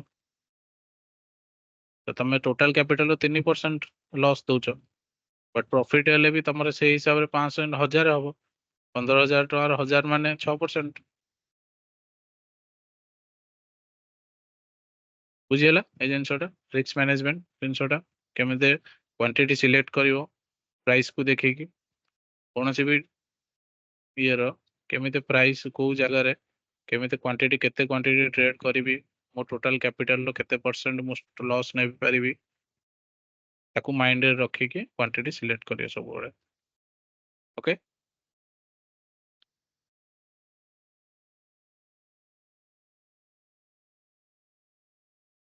तो नेक्स्ट ये जिनसटा गला या परे आमे पढ़िबा कंजर्वेटिव एंट्री या पर क्लास रे सब आसीबो को जगह एग्रेसिवली एंट्री निया जिवो या फिर को जगह कंजर्वेटिव एंट्री निया जिवो ठीक है गैप थ्योरी पढ़िबा आगो को कंफर्मेशन एंट्री पढ़िबा ओके तापरे गोटे अच्छी सेक्टोरियल एनालिसिस सेटा बहुत बढ़िया टॉपिक सेक्टोरियल एनालिसिस जेतले पढ़िबा देखिबो कहबी से विषय ओके तो आज ये थिला थियोरेटिकली ताको तमे टिके डीपली आउ थरे रिकॉर्डिंग्स देखिबो नोट्स बनै दियो आज जो टॉपिक थिला मैक्सिमम थियोरेटिकली थिला ताको टिके भल से नोट्स वगैरह बनाओ रिस्क मैनेजमेंट पार्ट टा टिके भल से आ गोटे 2-3टा एग्जांपल निजे क्वांटिटी केमते सिलेक्ट करा जीवो से ऊपर टिके वर्कआउट करिवो ओके एंड एंट्री टाइप जो जिनसटा कहली सेटा ऊपर टिके देखिबो चार्ट ऊपर केमते एंट्री टाइप 2-3 परफेक्ट रहउची ना नहीं जो जगह 4-4टा कैंडल रहउची जो जगह 4-4टा कैंडल रहउची and non authentic and authentic with difference कौन को जगह केमिते प्राइस आसी केमिते रिएक्शन दउची ऊपर को जाउची तो को जोन जो नुआ फॉर्मेशन करके आसुची सप्लाई जोन ताठो भी रिएक्शन नउची कि नहीं ताको तुमको चार्ट रे देखियो पड़ो निजे चार्ट रे ठीक है ଆନାଲିସିସ୍ କର ଆଣ୍ଡ ବ୍ୟାକ୍ ଟେଷ୍ଟ କର, ଦେଖିବ ଜିନିଷଟା ପରଫେକ୍ଟ ଆସିବ। ଓକେ, ତ ଆଜି ପାଇଁ ଏତିକି, ନେକ୍ସଟ କ୍ଲାସରେ ପରେ ଦେଖିବା। Okay, good night.